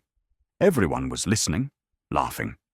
I poured the wine from the decanter, starting with Sir Reginald, then the others. Mr. Tate last, because he'd come late. I set his glass down, and I moved on to serve the dessert. There was a moment when Miss Beaumont had everyone's attention. Mr. Langston was looking at her. Mrs. Langston had just returned, and Dr. Crane was sipping his wine. I didn't see anyone near Mr. Tate's glass." Poirot nodded, his mind reconstructing the scene. Clara's storytelling had been a distraction, a perfect cover for a deft hand to slip cyanide into Tate's glass. Yet Gibbs's proximity made him the obvious suspect, and the vial in his quarters tightened the noose. "You are certain, Monsieur Gibbs, that you saw nothing unusual? No guest lingered near the sideboard? No hand brushed the glass?" Gibbs shook his head, his face drawn. "No, sir. I was busy, moving about. If someone did it, they were quick." His voice faltered, and he added, almost to himself, "I should have seen something. I should have known." Poirot dismissed Gibbs, his mind racing. The butler's tale was a blend of truth and fear, his desperation plausible, but his innocence unproven. The vial's presence suggested a frame, yet Gibbs's access to the glass made him a logical culprit. Poirot's thoughts turned to Grayson, whose rivalry with Tate and wealth made him a likely orchestrator. The letter's knowledge of Gibbs' wife pointed to a careful investigation, a predator exploiting weakness. Inspector Harrow returned, his face grim with new information. "The vial's a match, Poirot," he said, holding up a sealed evidence bag containing a small glass container. "Traces of cyanide, identical to what killed Tate. Found in Gibbs's wardrobe, tucked inside a spare shoe. He's looking guiltier by the minute." Poirot's eyes narrowed. "And yet, Inspector, the guilty do not always leave such convenient clues. The vial, it is too perfect, non? A frame, perhaps, to divert us from the true hand." He paused, his mind turning to Grayson's evasive demeanour in London. "What of the letter's analysis?" Harrow shrugged. "Postmarks from a central London office, busy as a beehive. No prints, no distinguishing marks. We're checking Grayson's movements, but his alibi's holding. For now. Dinner with associates, he says." Poirot's moustache curled slightly. "An alibi. It is only as strong as its witnesses, Inspector. We must press Monsieur Grayson further. But first, we return to Gibbs. His tale, it is not yet complete." Poirot requested Gibbs's quarters be searched again, under his supervision. The small, Spartan room, tucked in the manor's servants' wing, revealed little. A neatly made bed, a photograph of a frail woman, presumably Gibbs's wife, and a few personal effects. Poirot's eyes scanned the wardrobe, noting the shoe where the vial was found. "Too obvious," he murmured, his gloved fingers tracing the shelf. "The guilty, they hide better than this." A faint scratch on the wardrobe's inner panel caught his eye. He pressed it, revealing a narrow compartment, empty, but bearing traces of dust disturbed recently. "Someone has been here," Poirot said to the constable, who nodded, making a note. The compartment suggested Gibbs had hidden something, or someone had planted the vial to be found. Returning to the library, Poirot summoned Gibbs once more, this time with Harrow present. "Monsieur Gibbs," Poirot said, his voice a velvet blade. "The vial, it was placed to incriminate you, but the letter, it knew your wife's illness. Tell me, have you ever had contact with Monsieur Harold Grayson?" Gibbs's eyes widened, his composure cracking fully. "Grayson? No, sir. Never. But a man came to the village a week ago, asking about me, about my wife. I thought he was a creditor, but he left no name. He was tall, with a scar on his cheek." His voice trembled, and Poirot exchanged a glance with Harrow. The description matched no one in the manor, but it hinted at Grayson's reach. A hired agent, perhaps, gathering leverage. Poirot's mind whirled. Gibbs's tale painted him as a victim, yet his hands had poured the wine. The hidden hand, whether Grayson's or another's, had manipulated the butler's desperation, but the cyanide's lethal dose suggested a misstep in the plan. As Gibbs was escorted back to the drawing room, Poirot turned to Harrow. "We must find this scarred man, Inspector. He is the link to Grayson, and Grayson is the key to the letter. But the truth, it lies here, in the manor, in the moment the poison met the glass." The night deepened, the manor's silence broken only by the creak of floorboards and the distant ticking of the clock. Poirot's little grey cells worked tirelessly, weaving Gibbs's tale into the larger tapestry. The servant was a pawn, but the player remained hidden, and the truth, like the cyanide, was precise and deadly. Chapter 9. The Rivals Game. The first light of dawn crept through the heavy drapes of Blackthorn Manor's library, casting a pale glow over the oak-panelled walls and the desk where Hercule Poirot sat, his small frame as composed as ever, despite the sleepless night. The typed letter, the cyanide vial, and the testimony of Mr. Ernest Gibbs formed a constellation of clues, each pointing to a conspiracy that stretched from the manor's dining room to the bustling streets of London.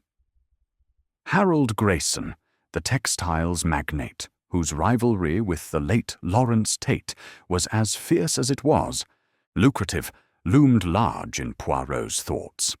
The butler's tale of a scarred man inquiring about his ailing wife suggested Grayson's hand, but the lethal dose of cyanide hinted at a miscalculation or a deeper betrayal.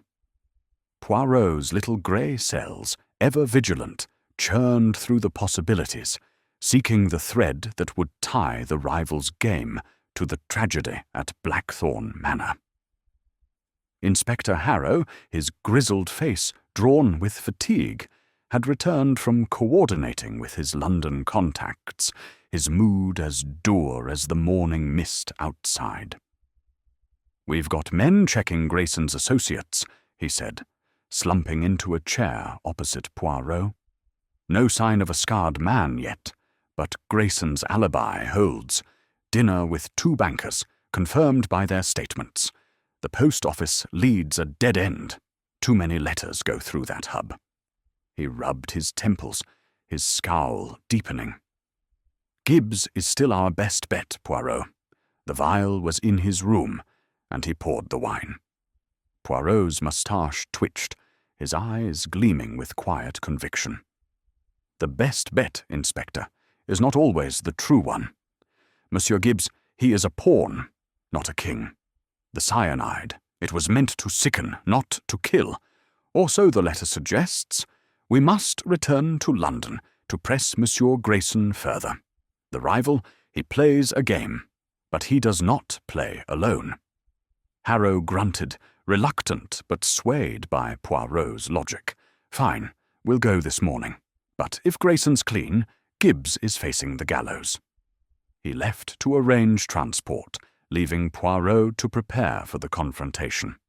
Before departing, Poirot requested a brief word with Gibbs in the library, away from the guest's prying eyes. The butler entered, his rigid posture fraying at the edges, his face pale with the weight of suspicion. "Monsieur Gibbs," Poirot said, his voice soft but unyielding. "You spoke of a scarred man. Describe him again. Every detail, if you please." Gibbs swallowed, his hands clasping briefly. "Tall, sir, over 6 feet. Dark coat, hat pulled low. The scar ran from his left cheek to his jaw, jagged-like. He asked about my wife's health, said he was from a charity. But I didn't trust him. He left when I pressed for a name." His voice was steady, but his eyes betrayed a flicker of fear, as if reliving the encounter. Poirot nodded, filing the description away. "And this man, he mentioned no connection to Monsieur Grayson." "No, sir," Gibbs replied. "But he knew too much about the hospital bills, the treatments. It was unsettling." His voice faltered, and Poirot noted the genuine distress, a sign that Gibbs was either a skilled actor or a man ensnared. The journey to London was swift, the train's rhythm a counterpoint to Poirot's racing thoughts. Grayson's office, a fortress of wealth in the city's financial heart, welcomed them with its polished mahogany and air of quiet power. Grayson himself, his hawkish features composed but wary, rose to greet them, his blue eyes narrowing as he saw Poirot's determined expression. "Monsieur Poirot, Inspector Harrow," he said, his voice smooth but guarded. "I trust this visit brings clarity, not more accusations." Poirot's smile was polite but sharp. "Clarity, Monsieur Grayson, is precisely what I seek. The letter sent to Monsieur Gibbs, it bears a London postmark, and its knowledge of his wife's illness suggests a mind with resources. Your rivalry with Monsieur Tate, it was no secret. Did you, perhaps, seek to remove him from the game?" Grayson's jaw tightened, his fingers tapping the desk. "I told you, I disliked Tate.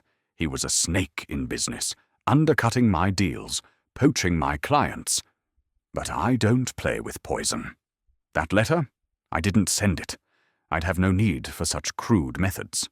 His tone was firm, but Poirot noted the slight shift in his posture, a defensive lean that betrayed unease. "And this scarred man," Poirot pressed, "tall, with a jagged scar on his left cheek. Does he sound familiar? A man who asks questions, who knows private matters?" Grayson's eyes flickered, a momentary crack in his composure. "I employ many people, Monsieur Poirot. I don't know every face. A scar. It means nothing to me." His lawyer, the same pinched-faced man from the previous visit, appeared at the door, his presence a silent warning. Harrow interjected, his voice gruff. "We're tracing your movements, Grayson. If you're hiding something, we'll find it. That letter didn't write itself." Grayson's smile was thin. "I've nothing to hide, Inspector. My associates will confirm my whereabouts. Dining at the Savoy, 8 o'clock sharp. As for Tate, his death benefits me, yes, but I didn't orchestrate it." His confidence was polished, but Poirot sensed a man accustomed to deflecting scrutiny. As they left the office, Poirot's mind churned. Grayson's denial was plausible, but the scarred man's inquiry into Gibbs's life suggested a connection. Back at the manor, Poirot requested Harrow's men investigate Grayson's known associates, particularly any with a distinctive scar. Meanwhile, he returned to Gibbs, determined to test the butler's story against the new evidence. In the Manor's drawing room, where the guests sat in strained silence, Poirot confronted Gibbs once more. "Monsieur Gibbs," he said, his voice a velvet blade, "the vial in your quarters, the letter's instructions, they point to you. Yet you claim innocence. Tell me, did this scarred man give you the vial?" Gibbs's face drained of colour, his hands trembling. "No, sir, I never saw him again. The vial, I don't know how it got there. I swear, I didn't touch Mr. Tate's glass beyond pouring the wine." His voice broke, and he sank into a chair, his composure shattered. "I was tempted, sir, I won't lie. The money, it would have saved my wife. But I couldn't do it. I didn't." Poirot's eyes softened, but his mind was relentless. And yet the cyanide was in the glass. Someone placed it there, during the distraction of Mademoiselle Beaumont's story. You were near, Monsieur Gibbs, but so were others. Poirot, listening nearby, snorted. "He's the one with the vial, Poirot, and the motive. Don't let his sob story fool you." Poirot's gaze remained on Gibbs. "The truth, Monsieur Gibbs, it is close. If you hide anything, now is the time to speak." Gibbs shook his head, tears welling in his eyes. "I've told you everything, sir. I'm no murderer." His voice was a whisper, and Poirot noted the raw sincerity, though it did not erase the evidence. As Gibbs was escorted back to the constables, Poirot turned to Harrow. "The rival's game, Inspector. It is not yet won. Grayson's hand is in this, but the cyanide's potency. It was not meant to kill, I think. A mistake, or a betrayal within his plan." He paused, his mind racing. "We must find this scarred man, and we must search Grayson's correspondence. The letter, it is his work. But the death, it is another's error." Harrow nodded, dispatching a telegram to his London team to deepen the investigation into Grayson's network. Poirot, meanwhile, returned to the library, his thoughts turning to the guests. Sir Reginald's pride, Clara's past, Victor's losses, Evelyn's absence, Crane's chemicals, each held a motive, but none had the clear opportunity Gibbs possessed. Yet the vial's placement felt too convenient, a frame designed to shift blame. As the morning light strengthened, Poirot's little grey cells worked tirelessly. Grayson's rivalry was the catalyst, Gibbs the instrument. But the true hand, the one that turned illness into death, remained hidden. The game was far from over, and Poirot knew the next move would reveal the player. Chapter 10. The net tightens. The morning sun, pale and tentative, filtered through the mist-shrouded windows of Blackthorn Manor, casting long shadows across the drawing-room where Hercule Poirot stood, his small frame a beacon of calm amid the storm of suspicion. The night's revelations had woven a complex tapestry. The typed letter offering £5,000 to Mr. Ernest Gibbs, the cyanide vial hidden in his quarters, and the shadow of Harold Grayson, the London magnate whose rivalry with the late Lawrence Tate pointed to a calculated plot. Gibbs's tearful confession, his temptation by the money to save his ailing wife, his denial of acting on the letter, had deepened the mystery. The cyanide's lethal potency suggested a misstep in the plan, and the scarred man described by Gibbs hinted at an intermediary whose identity remained elusive. Poirot's little grey cells, ever restless, sensed the net tightening around the truth, but the final threads were yet to be pulled. Inspector Harrow, his grizzled face etched with the strain of a sleepless night, had returned from coordinating with his London team, his mood a mix of frustration and grudging respect for Poirot's persistence. "We've got a lead on the scarred man," he announced, entering the drawing-room where the guests, Sir Reginald Haverford, Clara Beaumont, Victor Langston, Evelyn Langston, and Dr. Arthur Crane, sat in uneasy silence, their faces drawn with fatigue. A known associate of Grayson's, one Thomas Vane, matches Gibbs's description. Scar on the left cheek, tall, works as a fixer for Grayson's less savoury deals. We're bringing him in for questioning." Poirot's eyes gleamed, his moustache twitching with satisfaction. "Excellent, Inspector. This Monsieur Vane. He is the link we seek. But we must also confront Monsieur Gibbs with the full weight of the evidence. The net, it tightens, but the fish, it still wriggles." Harrow nodded, summoning Gibbs from the servants' quarters, where he had been confined under a constable's watch. The butler entered, his black suit creased from the night's ordeal, his face pale and his eyes hollow with dread. The guests, seated in a semicircle, watched with a mix of curiosity and apprehension, their own motives still under scrutiny. Poirot stepped forward, his voice soft, but carrying the weight of inevitability. "Monsieur Gibbs," he began, his green eyes piercing, "the evidence against you is formidable.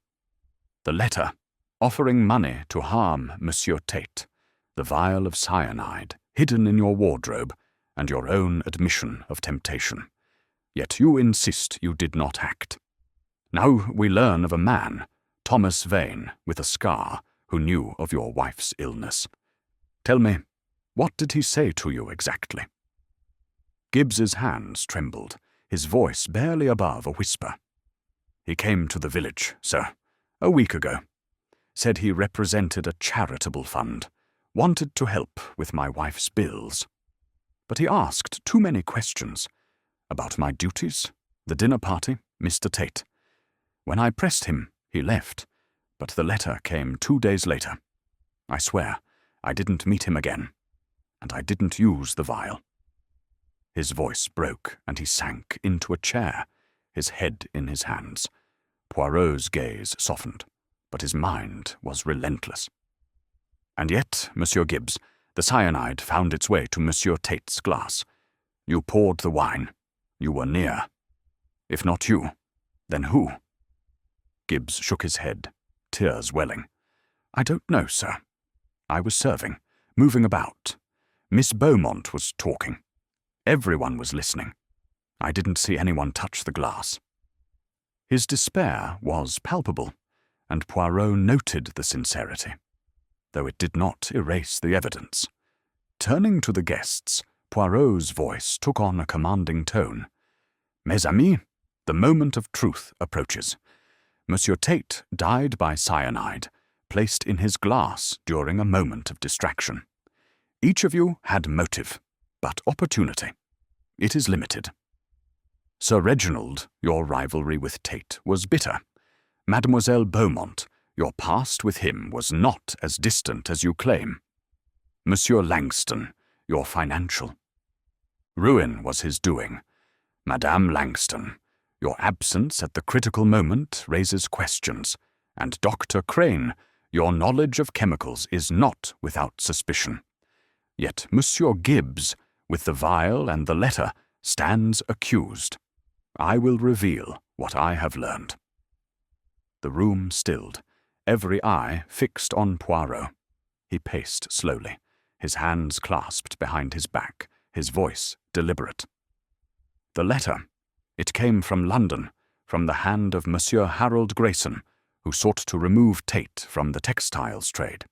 He hired Thomas Vane, a man with a scarred cheek, to learn of Monsieur Gibbs's troubles, his wife's illness, his debts. The letter offered money to sicken Tate, not to kill him.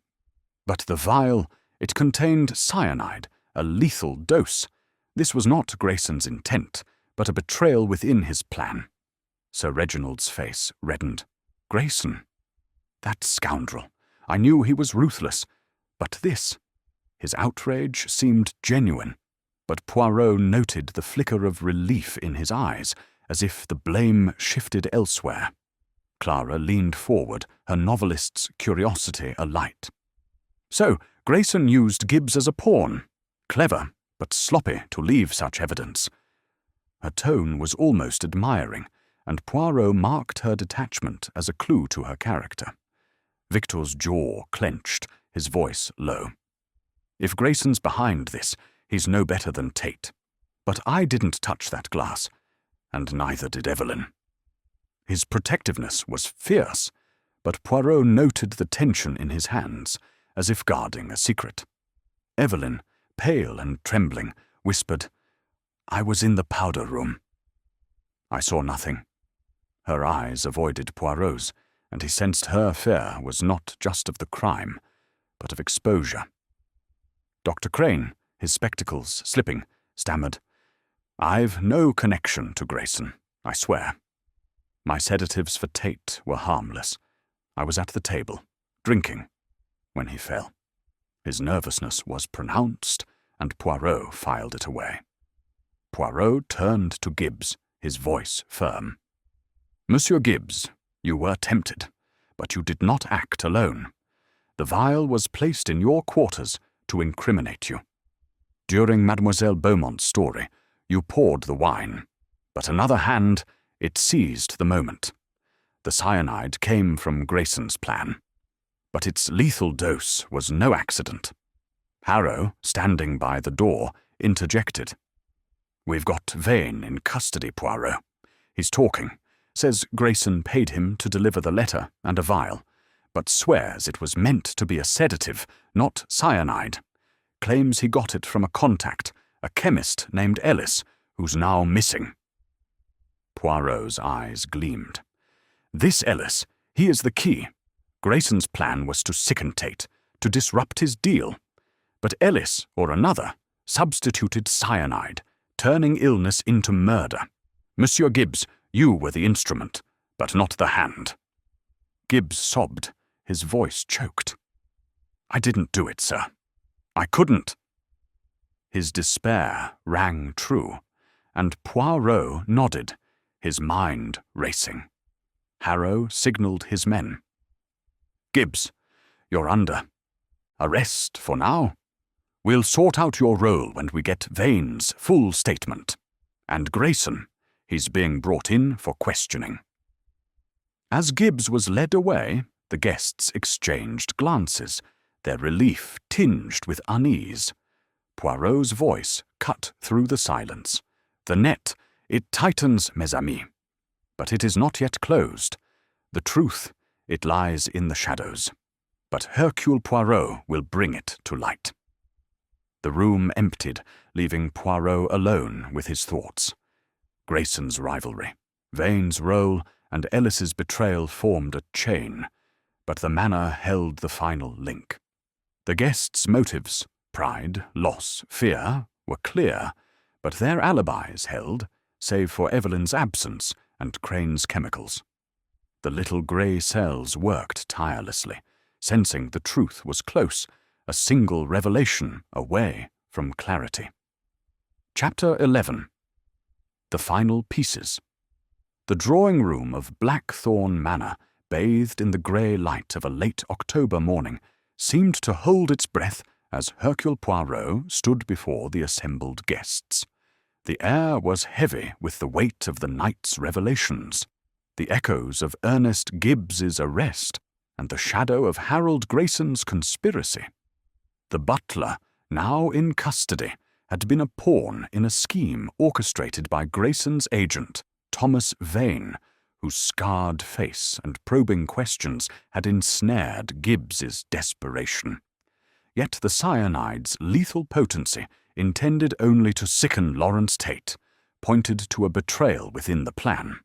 A chemist named Ellis, now missing, who had supplied a deadly poison instead of a sedative.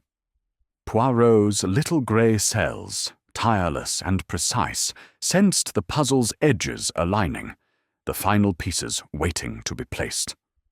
The guests, Sir Reginald Haverford, Clara Beaumont, Victor Langston, Evelyn Langston, and Dr. Arthur Crane, sat in a semicircle, their faces a gallery of fatigue, fear, and guarded secrets, each awaiting the detective's verdict. Inspector Harrow, his grizzled features set in a scowl, stood by the door, his arms crossed. "We've got Vane's statement, Poirot," he said, his voice rough with the strain of the case. "He confirms Grayson paid him to deliver the letter and the vial to Gibbs, swearing it was meant to be a sedative. This Ellis, the chemist, is our missing link. His lodgings in London turned up letters linking him to Tate, not Grayson. Seems he had his own score to settle." Poirot's eyes gleamed, his moustache twitching with the satisfaction of a thread pulled tight. "Précisément, Inspector. The final pieces, they fall into place. Monsieur Ellis, he is no mere supplier, but a player in this deadly game. We must understand his motive, for it is he who turned Grayson's plan into murder." Harrow nodded, dispatching a constable to relay orders to the London team, searching for Ellis. Poirot turned to the guests, his small frame commanding the room with quiet authority. "Mes amis," he began, his voice soft but resonant. "The death of Monsieur Tutt was no accident, but a tapestry of greed, betrayal, and error. Allow Hercule Poirot to weave it for you, so that the truth may stand revealed." He paced slowly, his hands clasped behind his back, his eyes scanning each face. "Monsieur Grayson, a rival of Monsieur Tate, sought to disrupt his trade deal by making him ill. He employed Thomas Vane, a man with a scarred cheek, to exploit Monsieur Gibbs's desperation, his wife's illness, his debts. The letter offered £5,000 to add a substance to Tate's wine, to sicken him during the dinner. Monsieur Gibbs, tempted but fearful, kept the letter, but claims he did not act. The vial of cyanide found in his quarters was meant to incriminate him, a frame, perhaps, to ensure his silence." Sir Reginald's face reddened, his voice hoarse. "Grayson's a villain, but to use my own servant. Monstrous." His indignation seemed genuine, yet Poirot noted the way his hands gripped the armrests, as if anchoring himself against scrutiny. Clara Beaumont leaned forward, her novelist's eyes alight with fascination. So Gibbs was a pawn, and Grayson the mastermind. But the cyanide, how did it become lethal? Her tone was curious, almost eager, and Poirot marked her interest as a sign of her calculating mind. Victor Langston's jaw tightened, his voice low. "If Ellis betrayed Grayson, he's the one we should be after. I had no part in this, and neither did Evelyn." His protectiveness was fierce, but Poirot noted the tension in his shoulders, a sign of lingering fear. Evelyn, pale and trembling, clutched her handkerchief, her voice a whisper. "I was in the powder room. I saw nothing." Her eyes avoided Poirot's, and he sensed her fear was not just of the crime, but of exposure. Dr. Crane, his spectacles slipping, stammered, "I knew nothing of this Ellis or Grayson's plan. My sedatives for Tate were harmless."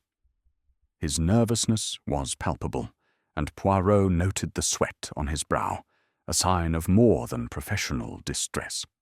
Poirot raised a hand, silencing the room. "The vial? It was not meant to contain cyanide. Monsieur Grayson, he confirms the plan was to sicken, not to kill.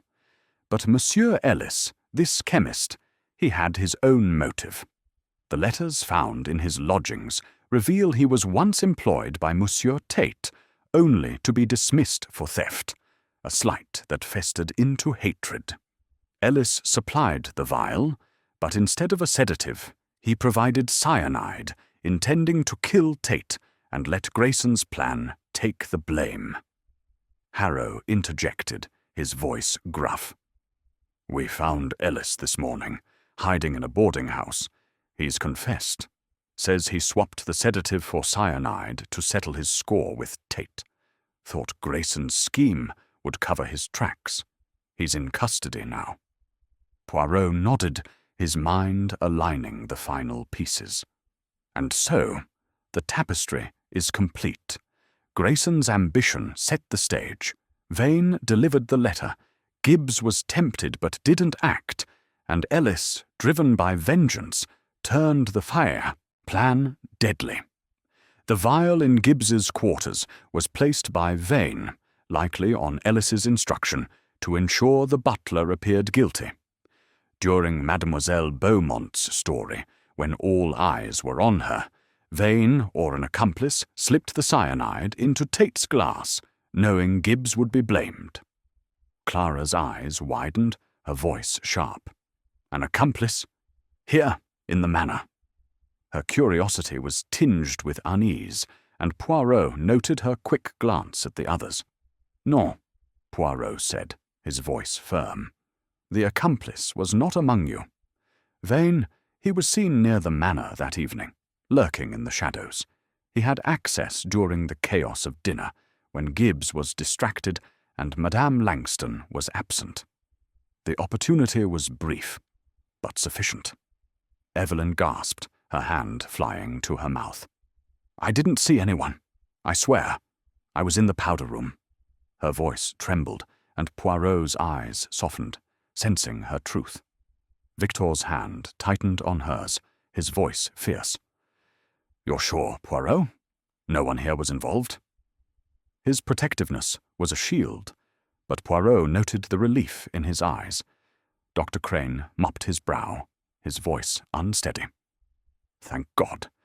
I knew I had no part in this." His relief was palpable, but Poirot marked his lingering nervousness, a sign of a man haunted by the proximity of death. Sir Reginald slumped in his chair, his voice heavy. "A plot from London, played out in my home. I'll never host another dinner." His words were bitter, but Poirot sensed a deeper shame, as if his pride had been wounded as much as Tate's life. Poirot's voice rose, commanding attention. The motives, they were many. Grayson's ambition, Ellis's vengeance, Gibbs's desperation. But the opportunity, it was Vane's, guided by Ellis's hand. The net, it has closed, and the truth stands revealed. Harrow nodded, his scowl softening. Gibbs will face charges for conspiracy, but Ellis is the murderer. Grayson's in for questioning, accessory at the least. Vane's already talking, hoping for leniency. As the constables prepared to escort the guests to give formal statements, Poirot stood, his small frame radiating triumph. The final pieces had fallen into place, the tapestry complete. Yet a shadow lingered in his mind, the fragility of human motives, the ease with which desperation and vengeance could intertwine. The little grey cells, satisfied but ever vigilant, urged him to reflect on the cost of such a truth. Chapter 12. The Departure. The late morning light filtered through the tall windows of Blackthorn Manor's drawing-room, casting a muted glow over the weary assembly. The air, heavy with the residue of shock and revelation, seemed to cling to the velvet drapes and polished wood, as if the manor itself mourned the violation of its elegance. Hercule Poirot stood at the centre of the room, his small, immaculate figure a beacon of order amid the chaos of the previous night's unravelling. The truth of Lawrence. Tate's death had been laid bare, a conspiracy born of Harold Grayson's ambition, executed through Thomas Vane's cunning, betrayed by the vengeful chemist Ellis, and nearly pinned on the desperate butler Ernest Gibbs. The guests, Sir Reginald Haverford, Clara Beaumont, Victor Langston, Evelyn Langston, and Dr. Arthur Crane, sat in a loose circle, their faces etched with a mix of relief, shame, and lingering unease. Inspector Harrow, his grizzled demeanour softened by the resolution of the case, stood by the door, issuing final instructions to his constables. Poirot's green eyes, sharp as ever, surveyed the room, noting the subtle shifts in each guest's posture. Sir Reginald, his florid complexion dulled by exhaustion, sat with his hands clasped, his diplomatic poise fractured by the scandal that had unfolded under his roof. Clara, her auburn hair slightly dishevelled, held a notebook in her lap, her novelist's instincts already spinning the tragedy into prose. Victor's lean frame was taut, his hand resting protectively on Evelyn's, whose pale face and trembling fingers betrayed a fear that had not fully dissipated. Dr. Crane, his spectacles polished, but his eyes red-rimmed, fidgeted with a handkerchief, his nervous energy a constant undercurrent. The absence of Gibbs, now in custody awaiting charges, cast a shadow over the group, his role as pawn a grim reminder of the fragility of loyalty. Poirot cleared his throat, his voice soft, but commanding the room's attention. "Mes amis," he began, his hands clasped behind his back. "The tragedy of Monsieur Tat's death has been unravelled, the threads of motive and betrayal woven into a tapestry of truth. Monsieur Grayson sought to sicken his rival, using Monsieur Gibbs' desperation as a tool. Monsieur Vane delivered the letter and vial, but Monsieur Ellis, driven by his own vengeance, turned a plan for illness into murder. The little grey cells, they have worked tirelessly, and the truth, it stands revealed." Sir Reginald rose, his voice heavy with gratitude and regret. "Monsieur Poirot, you've saved my house from further disgrace. To think such a plot was hatched against my guest. I'm in your debt." His eyes, however, betrayed a lingering shame, as if the stain of the evening would never fully fade from Blackthorn Manor.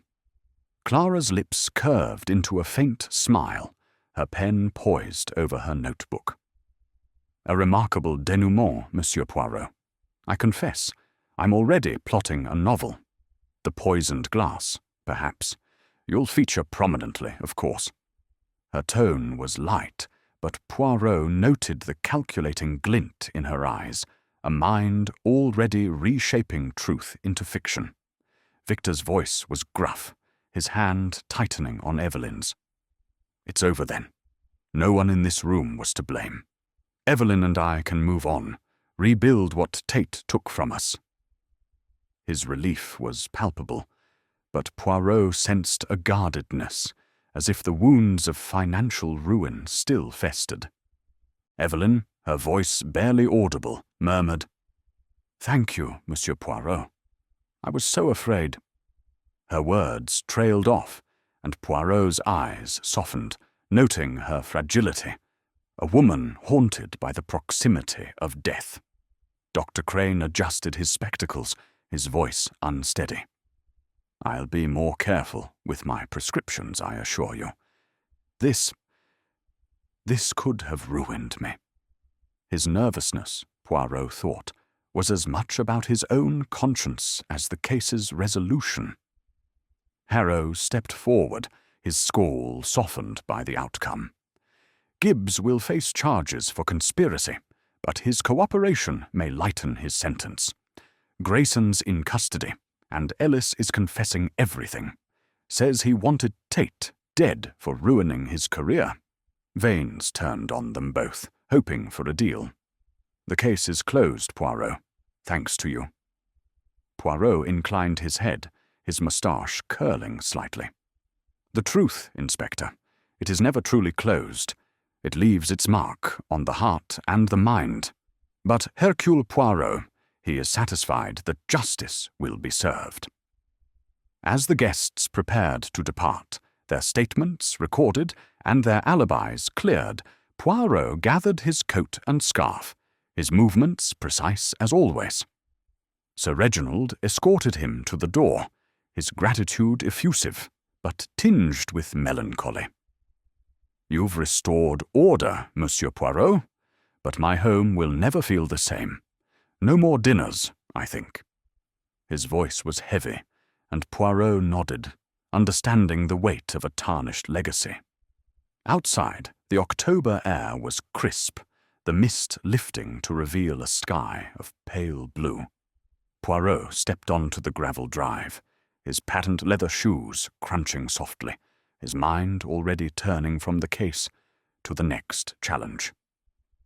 Clara, passing him with a nod, murmured, "Until the next mystery, monsieur." Victor and Evelyn, arm in arm, hurried to their car, eager to escape the Manor's shadow.